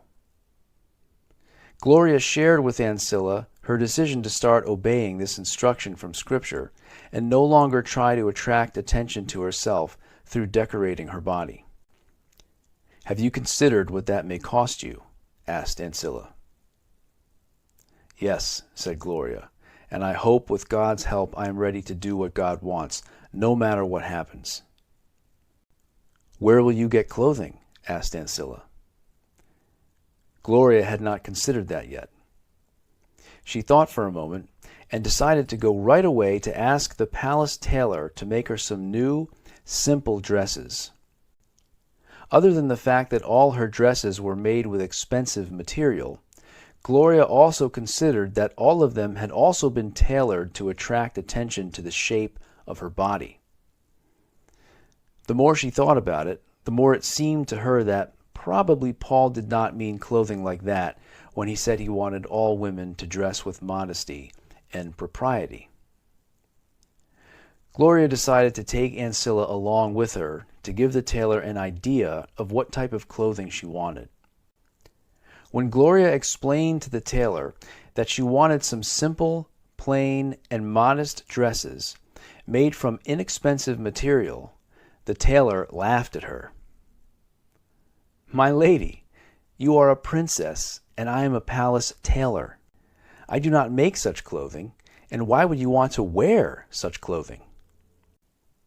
When Gloria explained why she wanted to make such a dramatic change, the tailor reassured her that she could trust the castle priest to tell her if she was doing anything that God would not want. "God has given us the church," he said, "to guide us into all truth." When Gloria could see that the tailor would not change his mind, she returned to her room with Ancilla. Gloria thought it was strange that she would be happy to have back the clothing she came to the castle with, which she had been so happy to be rid of at the time. However, that clothing had been disposed of long ago. On the way back to the room, Ancilla said, "I have one other dress and one other wimple than these that I am wearing. You are welcome to have those." When John was preparing the way for Christ, he taught that whoever has 2 tunics should give to the one who has none. Gloria felt strange about accepting clothes from a poor servant. However, she did not know what else she could do if she wanted to quickly stop using the clothing that seemed so out of keeping with how God must want a woman to dress. She told Ancilla she would be very grateful to accept the clothing and assured her that she would try to get other clothing soon so that she could return Ancilla's to her. As it was late, Ancilla said she would bring the clothing early in the morning, and Gloria went to bed. As Gloria lay in bed that night, thinking about all of the things that had happened that day, she thought more about the last passage she had read from the Bible. In the same way that women also adorn themselves in decent clothing, with modesty and propriety, not with braided hair, gold, pearls, or expensive clothing, but with good works, which is appropriate for women professing godliness. Gloria had a plan how to adorn herself in decent clothing, with modesty and propriety. But what about adorning herself with good works? She was ashamed to admit, even to herself, that her time living in the castle had been mostly about making herself happy. She had tried to be a faithful wife to Leviculus, even in recent times, when he had made that much more difficult. However, she had been so wrapped up in the same selfishness that everyone else in the nobility was, that she had really given very little thought to doing good works. To make things more complicated to figure out, the one time she had tried to do an act of charity, she had been unable because Leviculus had refused to let her. She wondered now what good works she could do, trapped in the castle with nothing of her own other than her clothing, jewelry, and other similar personal items. As she thought about her situation, she considered that she could sell some of these things to give the money to the poor. However, she did not know how she could do that without being able to leave the castle grounds.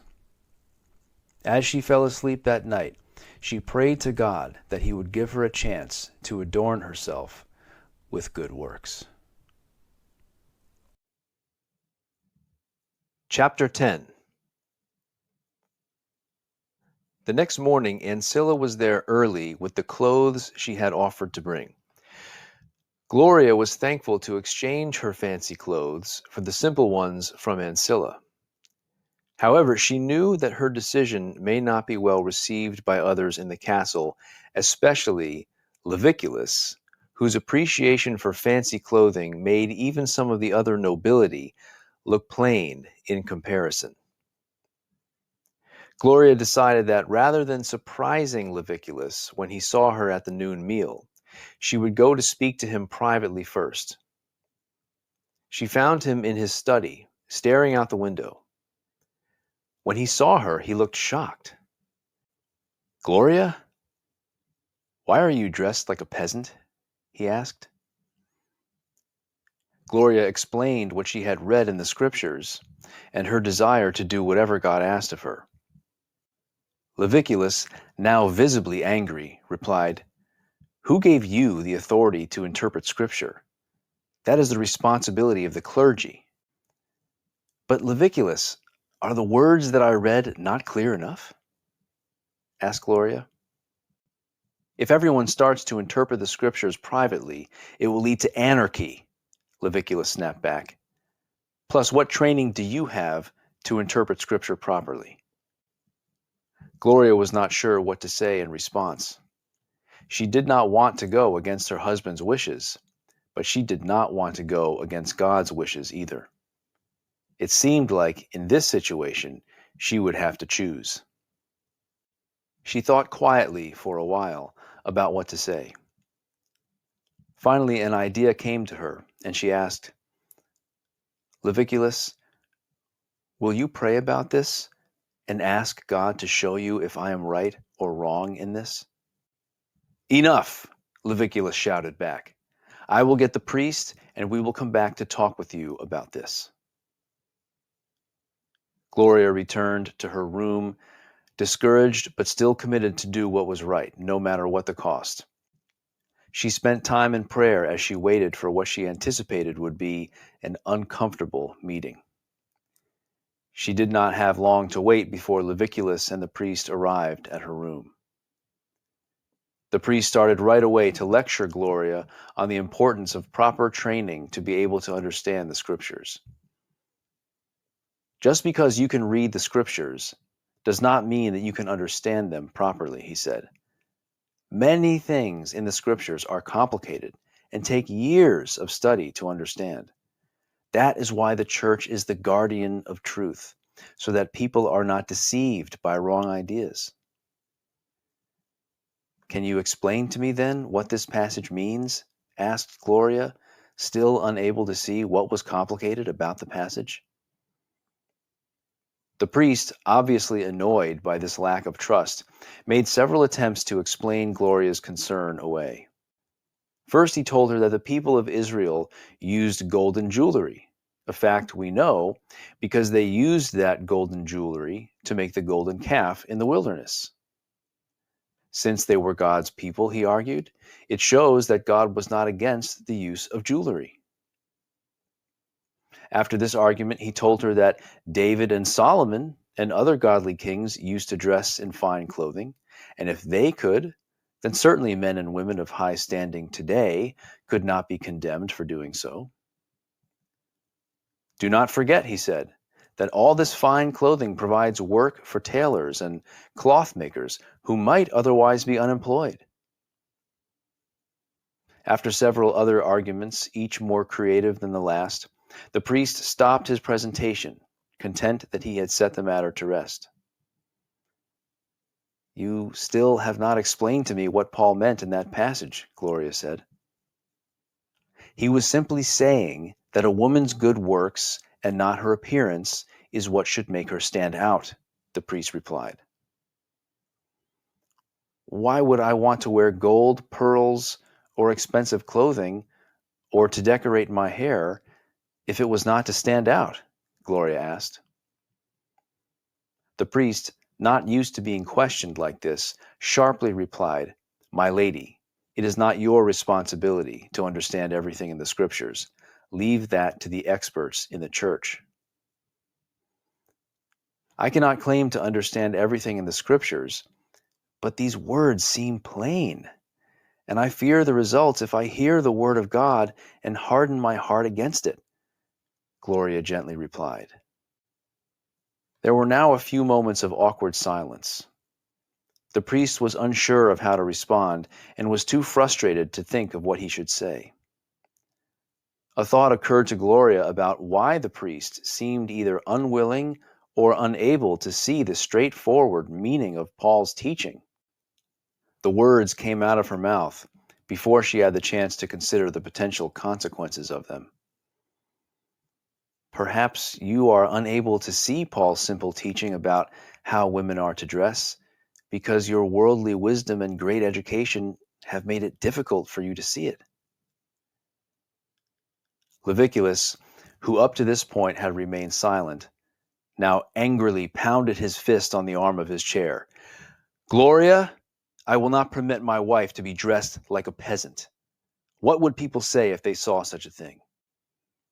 I do not know what people would say, answered Gloria, but I am concerned about what God will say if I do not do as he wants. Then I banish you from the castle and from my kingdom, shouted Leviculus. Get out of here, or I will have the castle guards remove you. Gloria could hardly believe her ears. She pled with him to reconsider, but the more she spoke, the more angry he became. Finally, Leviculus picked up a vase to throw at Gloria, and she quickly ran from the room and down the hall. Gloria could barely see where she was going through her tears, but she knew the halls well and was able to make her way outside into the castle yard. She did not stop running until she was well outside the castle gates. Chapter 11. After Gloria had run to where she could no longer see the castle walls, she stopped to catch her breath. She wondered now what she would do with no place to go, no food, and no money. She started to walk, although she had no idea where she was going, or even where she should go. After a while of walking, she was startled by a lot of noise around her. She had not been paying attention to where she was, but as she looked around now, she recognized that she was in the market that Celsus had found her in. While living in the castle, she had been too concerned for her safety to leave the castle grounds without Leviculus and an escort of soldiers. Now, no one around her even paid any attention to her. She realized that with her current clothing, she just appeared to be one of the common people. Gloria decided to sit down in the market and pray for help and guidance. She sat there for several hours, at times in prayer and at times lost in thought, all the time fighting against worry about what would happen to her. She considered begging for food, something she would not have imagined doing just a day before. However, she decided rather than begging, she would just pray and wait for God's help. After all, she felt that she was in this difficult situation because she was trying to do what God wanted. Should she not expect Him to provide help in such a situation rather than begging? Towards evening, Gloria suddenly heard someone calling her name. She turned and saw Ancilla running towards her. When Ancilla reached her, she said, "Thanks to God that I finally found you. I heard shouting in your room this morning, but by the time I got there, you were gone, and only Leviculus and the priest were there. I could not bring myself to ask Leviculus what had happened, but one of the other servants said she saw you running away crying, so I knew something bad must have happened. When you did not come back, I knew I had to find you." Gloria explained what had happened, and that she was now banished from the castle and the kingdom. "You can come and live with me and my sisters," said Ancilla. "We do not have much, but what we have we will gladly share with you." Gloria gratefully accepted the offer and followed Ancilla back to her house. After they had walked for a while, they arrived at a very small house and went inside. Gloria was surprised to be greeted by 5 other women, and she wondered if they all lived in such a small place. "These are my sisters," said Ancilla, and she introduced each of them to Gloria by name. "These are all your sisters?" asked Gloria. "Yes, we were all adopted into the same family when we gave up the world to follow Jesus," Ancilla answered. "We have been praying that you will do the same," said one of Ancilla's sisters. "Perhaps God has been helping to answer your prayers by bringing me to this point in my life," said Gloria. "I do not have much left to give up. My husband has rejected me, and I have no home or possessions." We all have to give up pride, selfishness, a desire for the praise of man, and many things more than just our relationships and possessions, said another of Ancilla's sisters. "But you may still be right that God is helping you by taking from you what you may have struggled to give up yourself." "I have already decided that I want to be ready to obey whatever God says to me, and I feel ready to suffer whatever I have to as a result," said Gloria. "If you choose to follow Jesus wherever he leads, you will quickly find yourself at odds with the state church," said Ancilla. "You may have to suffer imprisonment, torture, and death at their hands. The men who rule the state church do not take kindly to people who do not submit unquestioningly to their authority. They will even burn to death those who refuse to submit to them. Have you considered if you're ready for that? I know in the past that I was not ready to suffer like that. But as I have thought about it, I see that it is better to burn for a short time than to burn forever," replied Gloria in a quiet and sober tone. "If you are ready to obey whatever Jesus commands and suffer whatever may come as a result," said Ancilla, "then the next step is to seal your commitment in baptism." "But I was baptized already as an infant." When Jesus left his disciples, he taught them to go and make disciples by baptizing them and teaching them to observe all of his commands. An infant cannot be baptized any more than she can be taught to observe all of Jesus' commands. Plus, all the examples of baptism we see in the scriptures are of those who have chosen it for themselves. Peter says in his first epistle that the baptism that now saves us through the resurrection of Jesus is the answer of a good conscience towards God.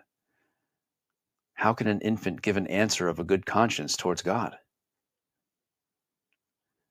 Gloria had never heard anything like this before, and she had not read enough scripture to know for herself what examples of baptism there were. All she had ever known was children being baptized shortly after they were born. "I wish I had time to read more of the scriptures before I had to leave the castle," said Gloria. "I have no reason to doubt you, But I would like to study the scriptures for myself. It is so confusing when different people say opposite things and both say they are following the same scriptures. I feel like I know so little. One of the sisters went to the door and made sure it was tightly shut. Another lifted a bed mat in the corner and scooped some dirt out of the way until she uncovered a wooden box. She lifted the lid and brought out a tattered book. She carried it over to the group and laid it on the table. "We can show you," she replied, "what the scriptures say." Gloria was as surprised as she was joyful to see a Bible there. "Can you read it?" she asked. "Yes, we can all read it," Ancilla replied. "Where did you learn to read?" Gloria asked in surprise. She had never heard of any common people reading before. "An older sister taught some of us, and we, in turn, have taught others," said Ancilla. They all sat down together, lit a candle, and the women took turns finding passages related to baptism. They read the passages together and discussed them for many hours. When they finally finished, it was late in the night. Gloria sat silently for a while, considering what they had just read. She did not recall ever having heard or read any of these passages, so there was a lot of new information to take in. She had to agree that the normal pattern in what they read was for baptism to be connected to repentance, and that there were no examples of people being baptized who had no idea of what was being done to them. Finally, Gloria said to the other women, "If what I had as an infant was not baptism, and my past sins have not yet been washed away, then why should I not be baptized now?" The other women agreed they did not see anything preventing her from being baptized. "I will go summon the others," one of the women said. She quickly put on her shawl and left. After a while, she returned with two older men. The oldest of the two men introduced himself as Sapiens and the other as Curatus. He explained that the two of them were both elders in the local assembly of Christians. The two men sat down with Gloria and discussed her desire for baptism. After a while, when they could see that Gloria was serious about her desire and understood the cost of such a decision, Sapiens asked her if she was ready to be baptized immediately. When she emphatically said that she was, the two men left and said they would meet her shortly at a suitable place. A short time later, Ancilla took Gloria and left. It was still dark, and Ancilla seemed concerned not to attract attention. They walked quickly and quietly for a ways, until they came to a forest. Ancilla, who seemed to know the way well, guided Gloria rapidly along a trail for several minutes and then, leaving the trail, took them through the trees for a short way until they arrived at the edge of a small river. There was already a small group of people gathered at the edge of the river. They were very quietly singing a song together, so quietly that Gloria could not hear them until she was almost next to them. She recognized Sapiens and Curatus. Shortly after they arrived, Ancilla and her sisters arrived also, in two separate groups. Everyone seemed to know each other there, and they exchanged kisses of greeting. Sapiens seemed to know who to expect there, and shortly after another small group of people showed up, he gathered the crowd around and started speaking quietly to them all. He introduced Gloria and said that he and Curatus agreed, with the assessment of the single sisters, that Gloria should be baptized. The others, who seemed to Gloria to have already known about her, were happy and excited at the news. Without much further talk, Sapiens and Curatus brought Gloria down into the river and baptized her there. When Gloria got out of the water, Ancilla greeted her with tears of gladness in her eyes. She wrapped Gloria in a blanket before the night air made her too cold. The others came in turn and welcomed Gloria as a new sister in their family. When this was done, they quietly sang a few songs together and then quickly left the river in small groups as they had come. Ancilla took Gloria to a house near the forest where one of the families in the assembly lived. There Gloria changed out of her wet clothes and into another pair provided for her. Ancilla was concerned that if Gloria returned to the house wet, she would draw too much attention. After Gloria was warm and dry, they returned to the house Ancilla lived in. Chapter 12. The following months were the most difficult and the most joyful that Gloria had ever experienced. She struggled at first with the change from always having more food available than she could eat to now often being hungry. None of the brothers and sisters had much in the way of possessions, but what they had was shared freely among themselves. As well, they were quick to help needy people outside of the assembly, even if it meant there was not enough for those inside. Because of this, there was often not enough food to go around. Gloria lived in the house with Ancilla and the other sisters. She discovered that this was all the single sisters in the assembly, and that they intentionally lived together for fellowship and to reduce their expenses.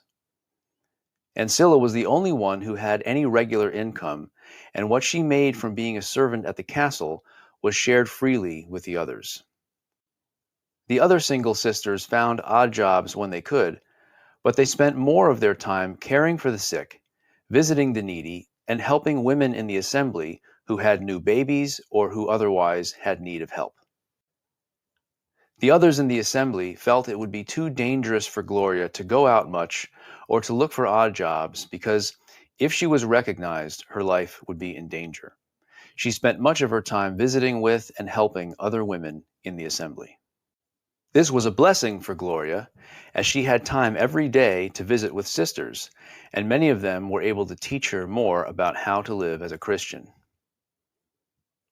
One day, early on in her time there, Gloria was telling one of the married sisters the story of her life. When she got to the part of the story where she met the old woman in the market who had told her the dream she had had, the other sister said excitedly, "That was Vidua, one of our dear sisters. I remember her telling us about that dream and about meeting you. She went back to that market every day for a long time looking for you." Gloria cried as she thought about the concern for her that Vidua had shown, and how such a woman could be killed as though she was a criminal. "Yes," said the sister that Gloria was visiting.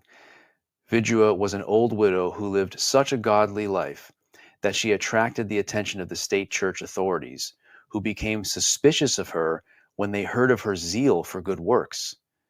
Eventually, they caught her with some of the others at a secret meeting. Vidua would have dreams from time to time, which she shared with the assembly, and it seems they always came true. I remember thinking of her dream at my wedding and wondering what she would think if she could see me there," said Gloria.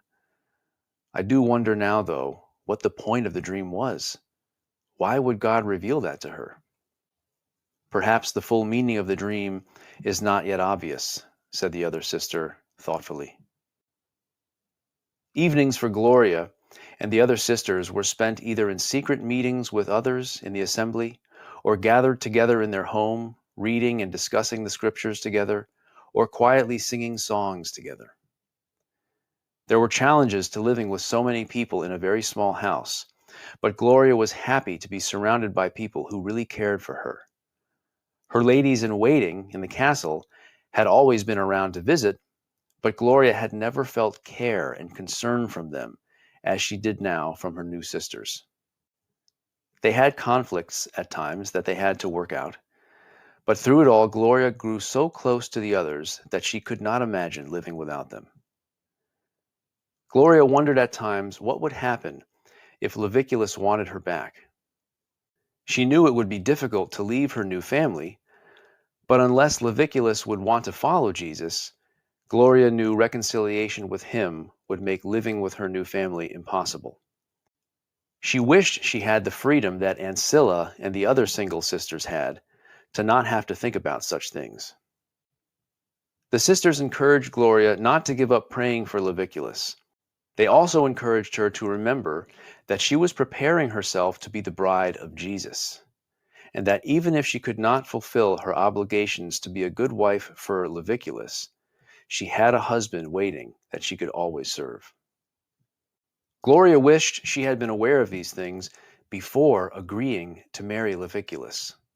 However, the more she thought about it, the more thankful she was that when Leviculus had no longer wanted her as a wife, he had sent her out rather than keeping her a prisoner in the castle. Gloria wondered what she should do about her marriage situation. She knew that if Leviculus wanted her to return to the castle, she would need to keep her marriage commitment to him as best she could. However, if she continued to keep her location secret, then Leviculus would have no chance of reconciling with her if he had a change of heart. On the other hand, if she revealed her location to him, she feared what he might do to her since he had banished her from the kingdom. She talked about this with the brothers and sisters in the assembly. They were not sure what to advise her to do, and so they all committed the issue to prayer. Although her difficult marriage situation troubled her, at present she had all her time available to serve Jesus, just as the single sisters did. She decided to take full advantage of that time while she had it. At times, one of the brothers or sisters in the assembly would hear about someone in the town with some great need, and the assembly would make efforts to help them. One day, one of the sisters had heard at the market of an old widow who had become very ill and had no family to take care of her. While the sisters discussed the situation that evening, the name of the widow was mentioned, and Gloria realized, to her great surprise, that it was her mother. Feelings rose up in her that she did not realize had been there. Feelings of bitterness and anger over her rejection by her mother. The sisters spent much time in prayer that evening, both for Gloria to have victory over these feelings and for them all to have wisdom on how best to help this widow. They finally decided together that it would be best for Gloria to go early the next morning and see what help she could be to her mother. Gloria spent much of that night awake in prayer, seeking to have nothing but love in her heart for her mother when she went to see her in the morning. Early the next morning, Gloria found her mother's house. She knocked at the door, and a weak voice inside welcomed her to come in. Gloria found her mother on a mat in the corner of the room. She was surprised to see how old and frail she now looked, even though it had not been many years since she had last seen her. However, she was not nearly as surprised by this as her mother was to see Gloria. Gloria's mother had not wanted to travel with them, and so stayed where she had lived since her marriage. The increasing loneliness and hardship of her life had not made her any more kind or loving a woman than she had been. Although she still attended Mass at the local church, she grew bitter towards God for giving her such a hard lot in life. When she fell ill, there was no one around willing to care for her, and she had already spent several days in bed with little to eat or drink when Gloria got there. Gloria could tell that her mother had a very high fever and wondered if she would survive this illness. Gloria quickly got more water from the closest well and gave her mother some food to eat that she had brought. Her mother was grateful for the kindness that Gloria showed her, but it did not seem to break her hard heart. Gloria spoke with her mother that day about some of the things she had learned from the scriptures, but it was obvious to Gloria that her mother was not open to thinking about the things she needed to change. As Gloria continued to speak to her and warn her of the dangers she faced if she did not choose to follow Jesus, Gloria's mother became angry and started cursing Gloria. Gloria was thankful for the time she had to prepare for this day, as she felt now ready to return such cursing with blessing as Jesus had commanded. She decided she would stay there and care for her mother as long as she was needed. The other sisters offered to take turns caring for her mother, but Gloria refused. She felt that this was something she needed to face in order to grow in her love for others. As well, she thought that the fewer people who stayed there, the fewer people might get the same illness. That night, Gloria's mother's fever got worse, and she became delirious. Gloria was up many times in the night trying to do what she could to help. In the morning, her mother slept more peacefully, and Gloria was able to get some rest. From that point on, the illness seemed to get worse, and her mother was unable to get up from her bed, even for short periods of time. Most of the time she slept, and when she was awake, she was often confused, especially at night. Gloria did her best and spent many hours in prayer for her mother, but after a few more days, her mother died. Gloria and her sisters wept bitterly after her mother's death, as it was obvious to them that she had not prepared herself for the judgment that was coming. They found a place to bury her and gave her a simple burial. Because Gloria was the only family member around, they were able to avoid involving the local priest in the burial. Chapter 13. Several days after her mother's burial, Gloria became sick with a fever and was too weak to get out of bed. Ancilla arranged for someone else to attend to her duties at the castle and stayed by Gloria's side to care for her. After several days, Gloria's fever broke, but she remained too weak to do very much at all. 2 days after Gloria's fever had broken, Ancilla was sitting next to her reading from the Bible, when suddenly one of the other sisters ran into the room. "I just saw some of the king's soldiers coming this way. Perhaps someone has told them about us." "Gloria is too sick to go so quickly, and I will not leave her alone to face such a trial. You go quickly and warn the others," said Ancilla. As the other sister left the house, Ancilla said to Gloria, "Whatever happens to me, do not forget that this affliction we have now is light and only for a moment, and is creating for us a great glory." Shortly after this, the door opened, and several soldiers walked in. They demanded to know where the others were. It was obvious to Gloria and Ancilla that they knew to target this house, but did not know who lived here or how many people. When Gloria and Ancilla refused to tell them anything about the other sisters, the guards treated them roughly until it was obvious that they were not going to tell. At that point, the soldiers hauled the two women out the door and put them on horses. 2 of the soldiers waited behind to catch any others who came, and the rest escorted Gloria and Ancilla to the castle. When they arrived, the soldiers placed them in the castle dungeon. The following day, the priest came to see them.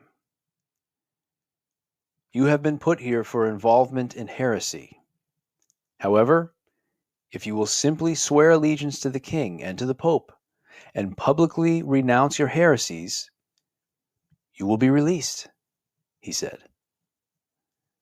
At this point, he turned to Gloria and sternly said to her, "Gloria, this is what happens to people who will not listen to instruction." Gloria, who was still so weak that she could barely sit up, replied, "We want to listen to instruction from Jesus, our King, and whenever we hear his voice, to obey it." "The church is the voice of Jesus," the priest snapped back. "If so," said Ancilla, "then why does it fail to speak so many of the warnings and instructions that it has been given in the Scriptures?" The priest, who suddenly recognized Ancilla as one of the palace servants, said in reply, "It is best if servants learn to keep their place. My place right now, it seems, is to follow my master in the path of suffering, and I am ready to faithfully keep my place there," she replied. "We will see what you say after you have spent some time here," said the priest, as he left their cell. Gloria wondered if Leviculus would come to see her in the dungeon, but he did not. The priest came often to try and convince them to change their minds. In spite of the harsh conditions of the dungeon, Gloria slowly recovered her strength. However, after several days in prison, Ancilla fell ill with the same sickness Gloria had had. In spite of her sickness, she was at times tortured by the palace guards in an attempt to get her to recant. Gloria, however, for reasons they were never told, was not subjected to the same torture. This grieved Gloria more than if she had been tortured herself. During the times that Ancilla was being tortured, Gloria remained in prayer. Afterwards, she attended to Ancilla's wounds as best she could and encouraged her to remain faithful to the end. Together, they spent many hours in prayer for their captors and torturers. Although they both found their time in the prison very physically difficult, they felt God's presence more strongly than they ever had before and were able to remain joyful in spite of their circumstances. Gloria did what she could to help Ancilla, but the combination of illness and harsh treatment proved too much, and after 2 weeks in the prison, she died. The prison guards burned her body and scattered the remains in the castle moat. Gloria was much more lonely now, but she gave thanks that she had been able to witness Ancilla remain faithful under such hardship, and she was joyful at the thought of Ancilla finally escaping this wretched world in a state of readiness for the next. This gave Gloria great encouragement to persevere. For many days after Ancilla's death, the priest did not come, and Gloria started to wonder if she had been forgotten. This time was the hardest Gloria had faced so far in the prison. The combination of loneliness with Ancilla gone and uncertainty about how long she was going to be left there in the prison tempted Gloria to wonder if she was making the right choices. She even wondered at times if the priest could be right, that she should stop trying to understand Scripture herself and just submit to the interpretations of the state church. One of these times, when she was greatly struggling with doubt, she recalled something she had read in the Good Message according to Matthew, shortly before being brought to prison. When John had been arrested by Herod and was being kept in prison, he sent some of his disciples to ask Jesus if he really was the one they were waiting for. When she first read that, it seemed to Gloria that John must have been having some doubts after so long in prison. However, what really stood out in Gloria's mind was the final sentence of Jesus' reply to John. "Blessed is he who finds no occasion for stumbling in me." Gloria took great encouragement and warning from that sentence, and it helped her to overcome her doubts about her situation. After all, it was her decision to follow Jesus in the path of suffering that got her into this situation in the first place. Why should she doubt now, when she was just experiencing what other people had long experienced for their faith, and what Jesus said his disciples would experience? One day, Gloria was surprised when the king, the bishop over that area, and the castle priest arrived to speak with her. The king explained that he did not wish any harm to come to Gloria, but that the charge of heresy was a serious one that he could not overlook. "If you will return to the church," he said, "we will be merciful to you and release you. You can return to the castle and live as you did before, as long as you cease your rebellious ways." "What is my rebellion?" asked Gloria. "To wear simple, humble, and modest clothing, and to seek to lose my life doing good works?" "Each person has a place in God's order," the king replied. "Those who are servants and common people should take their place as servants and common people. but someone in the nobility needs to dress the part and not endanger the order that God has created. I am trying to take my place in the order God has created, in obeying the instructions in Scripture about how a Christian woman should adorn herself. The bishop, who up to this point had been silent, sternly said, "The interpretation of Scripture is given to the church and to her chosen representatives." Gloria was unfazed. It is hard for me to trust the interpretation of people who speak so much about Scripture and seem to never mention many of the commandments and teachings and serious warnings it contains. The more I read the Scriptures for myself, the more I wonder if the priests even read most of what is in there. The bishop slapped Gloria in the face and almost yelled at her, "You are an uneducated woman, and you want to lecture us on the Scriptures?" At this point, the king said, "I will give you another day to think about this." He then left with the bishop and the priest. Gloria was left by herself to rejoice that she had been found worthy to suffer, not for some crime or bad behavior, but for the desire to obey God. The following day, the king came again and repeated his plea to Gloria.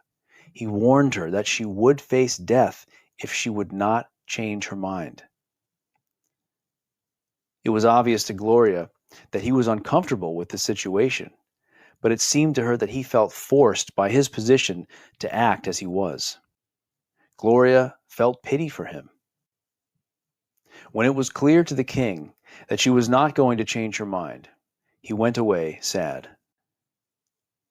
The next morning, Gloria awoke and found a small piece of paper that had been slipped under the door.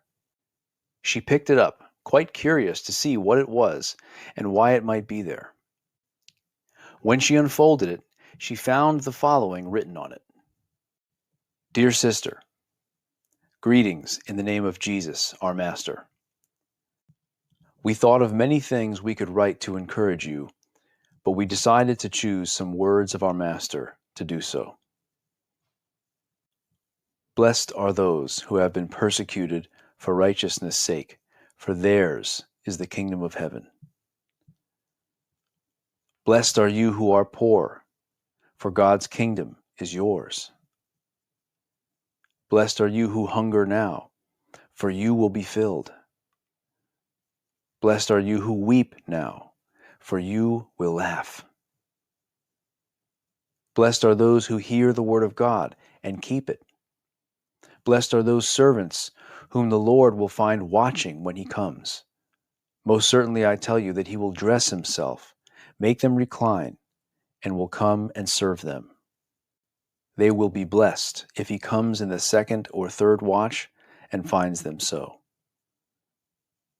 Blessed is he who finds no occasion for stumbling in me.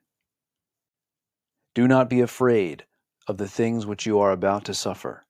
Behold, the devil is about to throw some of you into prison, that you may be tested, and you will have oppression for 10 days. Be faithful to death, and I will give you the crown of life. He who has an ear, let him hear what the Spirit says to the assemblies. He who overcomes will not be harmed by the second death. Your brothers and sisters." Gloria wondered how they had managed to get this letter to her, and what risks someone must have had to take to do so.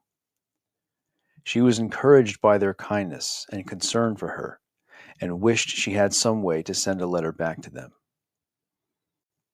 She was especially encouraged that they had included the words from Jesus that had been so much help to her just a few days before. The following week, whenever Gloria was feeling lonely or was tempted to be discouraged, she would pull out the letter and read it over again and find great comfort from it. Soon after, the day came for Gloria's execution. She was not told what day it would be until the night before. However, news of it had spread outside the castle. The king had tried to keep it secret who was being executed, but somehow word had gotten out that the princess was to be put to death for heresy. On the day of the execution, a large crowd had gathered on the castle grounds. Several of the brothers and sisters had also come to the castle grounds in hopes that they would see Gloria one last time and give her a final sign of encouragement. The king and the bishop were both present for the event. The king looked weary and older than he really was. He had not slept well for many nights and was dreading this event. The night before the execution, the king had not slept at all, but had laid awake all night with worry and feelings of guilt. It was only his strong sense of duty to the state church and what was expected of him as the king that made him proceed with the execution. Leviculus was not present for the execution. He was relieved to be free of a troublesome wife. After he had sent Gloria away, he had despaired of ever getting married again. However, after her death, the state church would permit his remarriage. Yet, in spite of his relief at this new freedom, he could not bring himself to come and watch Gloria be executed. Like the king, Gloria had not slept the night before. Only she had spent the entire night in prayer. Although she was physically exhausted from lack of sleep and the weeks of harsh conditions in the prison, she felt peace and even a sense of excitement that her sufferings might soon be over and that she would soon be with her Savior in paradise.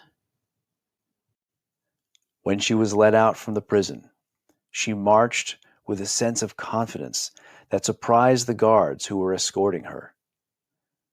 Those who watched her being led to the place of execution did not see a weak and defeated woman, but a strong and confident one who looked like a soldier excitedly marching to battle.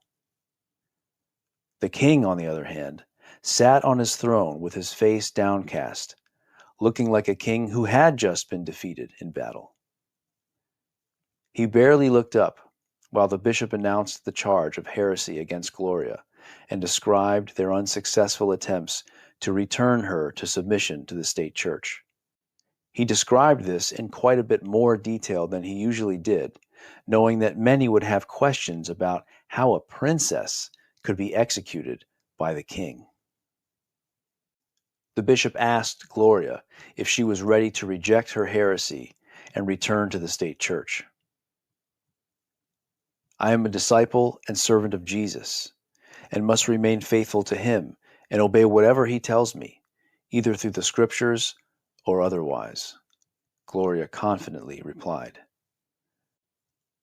The bishop was taken aback by her boldness and decided not to ask her any more questions for fear of the effect it would have on the large crowd that was gathered there. While the bishop was talking, the king rarely looked up. However, when his time came to pronounce the sentence, he dutifully did his part. His voice was quiet and unsteady as he spoke. When he sat down, many in the crowd wondered if he was well. Gloria was led to the stake to be burned. As the soldiers tied her to the stake, the brothers and sisters who had gathered to encourage Gloria made gestures to her of encouragement. When Gloria noticed them, she made a sign indicating victory, and smiling, she directed her gaze upward. As the fire was lit, the onlookers were mystified why Gloria appeared so calm and happy. Some of them wondered if Gloria was rebelling against God, what could give her such peace? However, others in the crowd said that Gloria had lost her mind, and her appearance was just the result of her insanity. As the smoke of the fire rose up around her, the crowd lost sight of Gloria, who was still looking upward. However, the brothers and sisters who had come to encourage her saw something entirely different. Through the smoke, they saw a light so bright that they could barely look at it. In the center of the light, they saw Gloria in a shining white wedding dress and veil, more dazzling than anything any tailor in this world could ever make. They left rejoicing that God had allowed them to see this vision of Gloria as one last encouragement that she had not run her race in vain. The end of the story, but the beginning of happily ever after. I heard something like the voice of a great multitude, and like the voice of many waters, and like the voice of mighty thunders, saying, Hallelujah, for the Lord our God, the Almighty, reigns. Let us rejoice and be exceedingly glad, and let us give the glory to him, for the wedding of the Lamb has come, and his wife has made herself ready. It was given to her that she would clothe herself in bright, pure, fine linen. For the fine linen is the righteous deeds of the saints. He said to me, Write, blessed are those who are invited to the wedding supper of the Lamb. He said to me, These are true words of God. John's Revelation 19:6-9.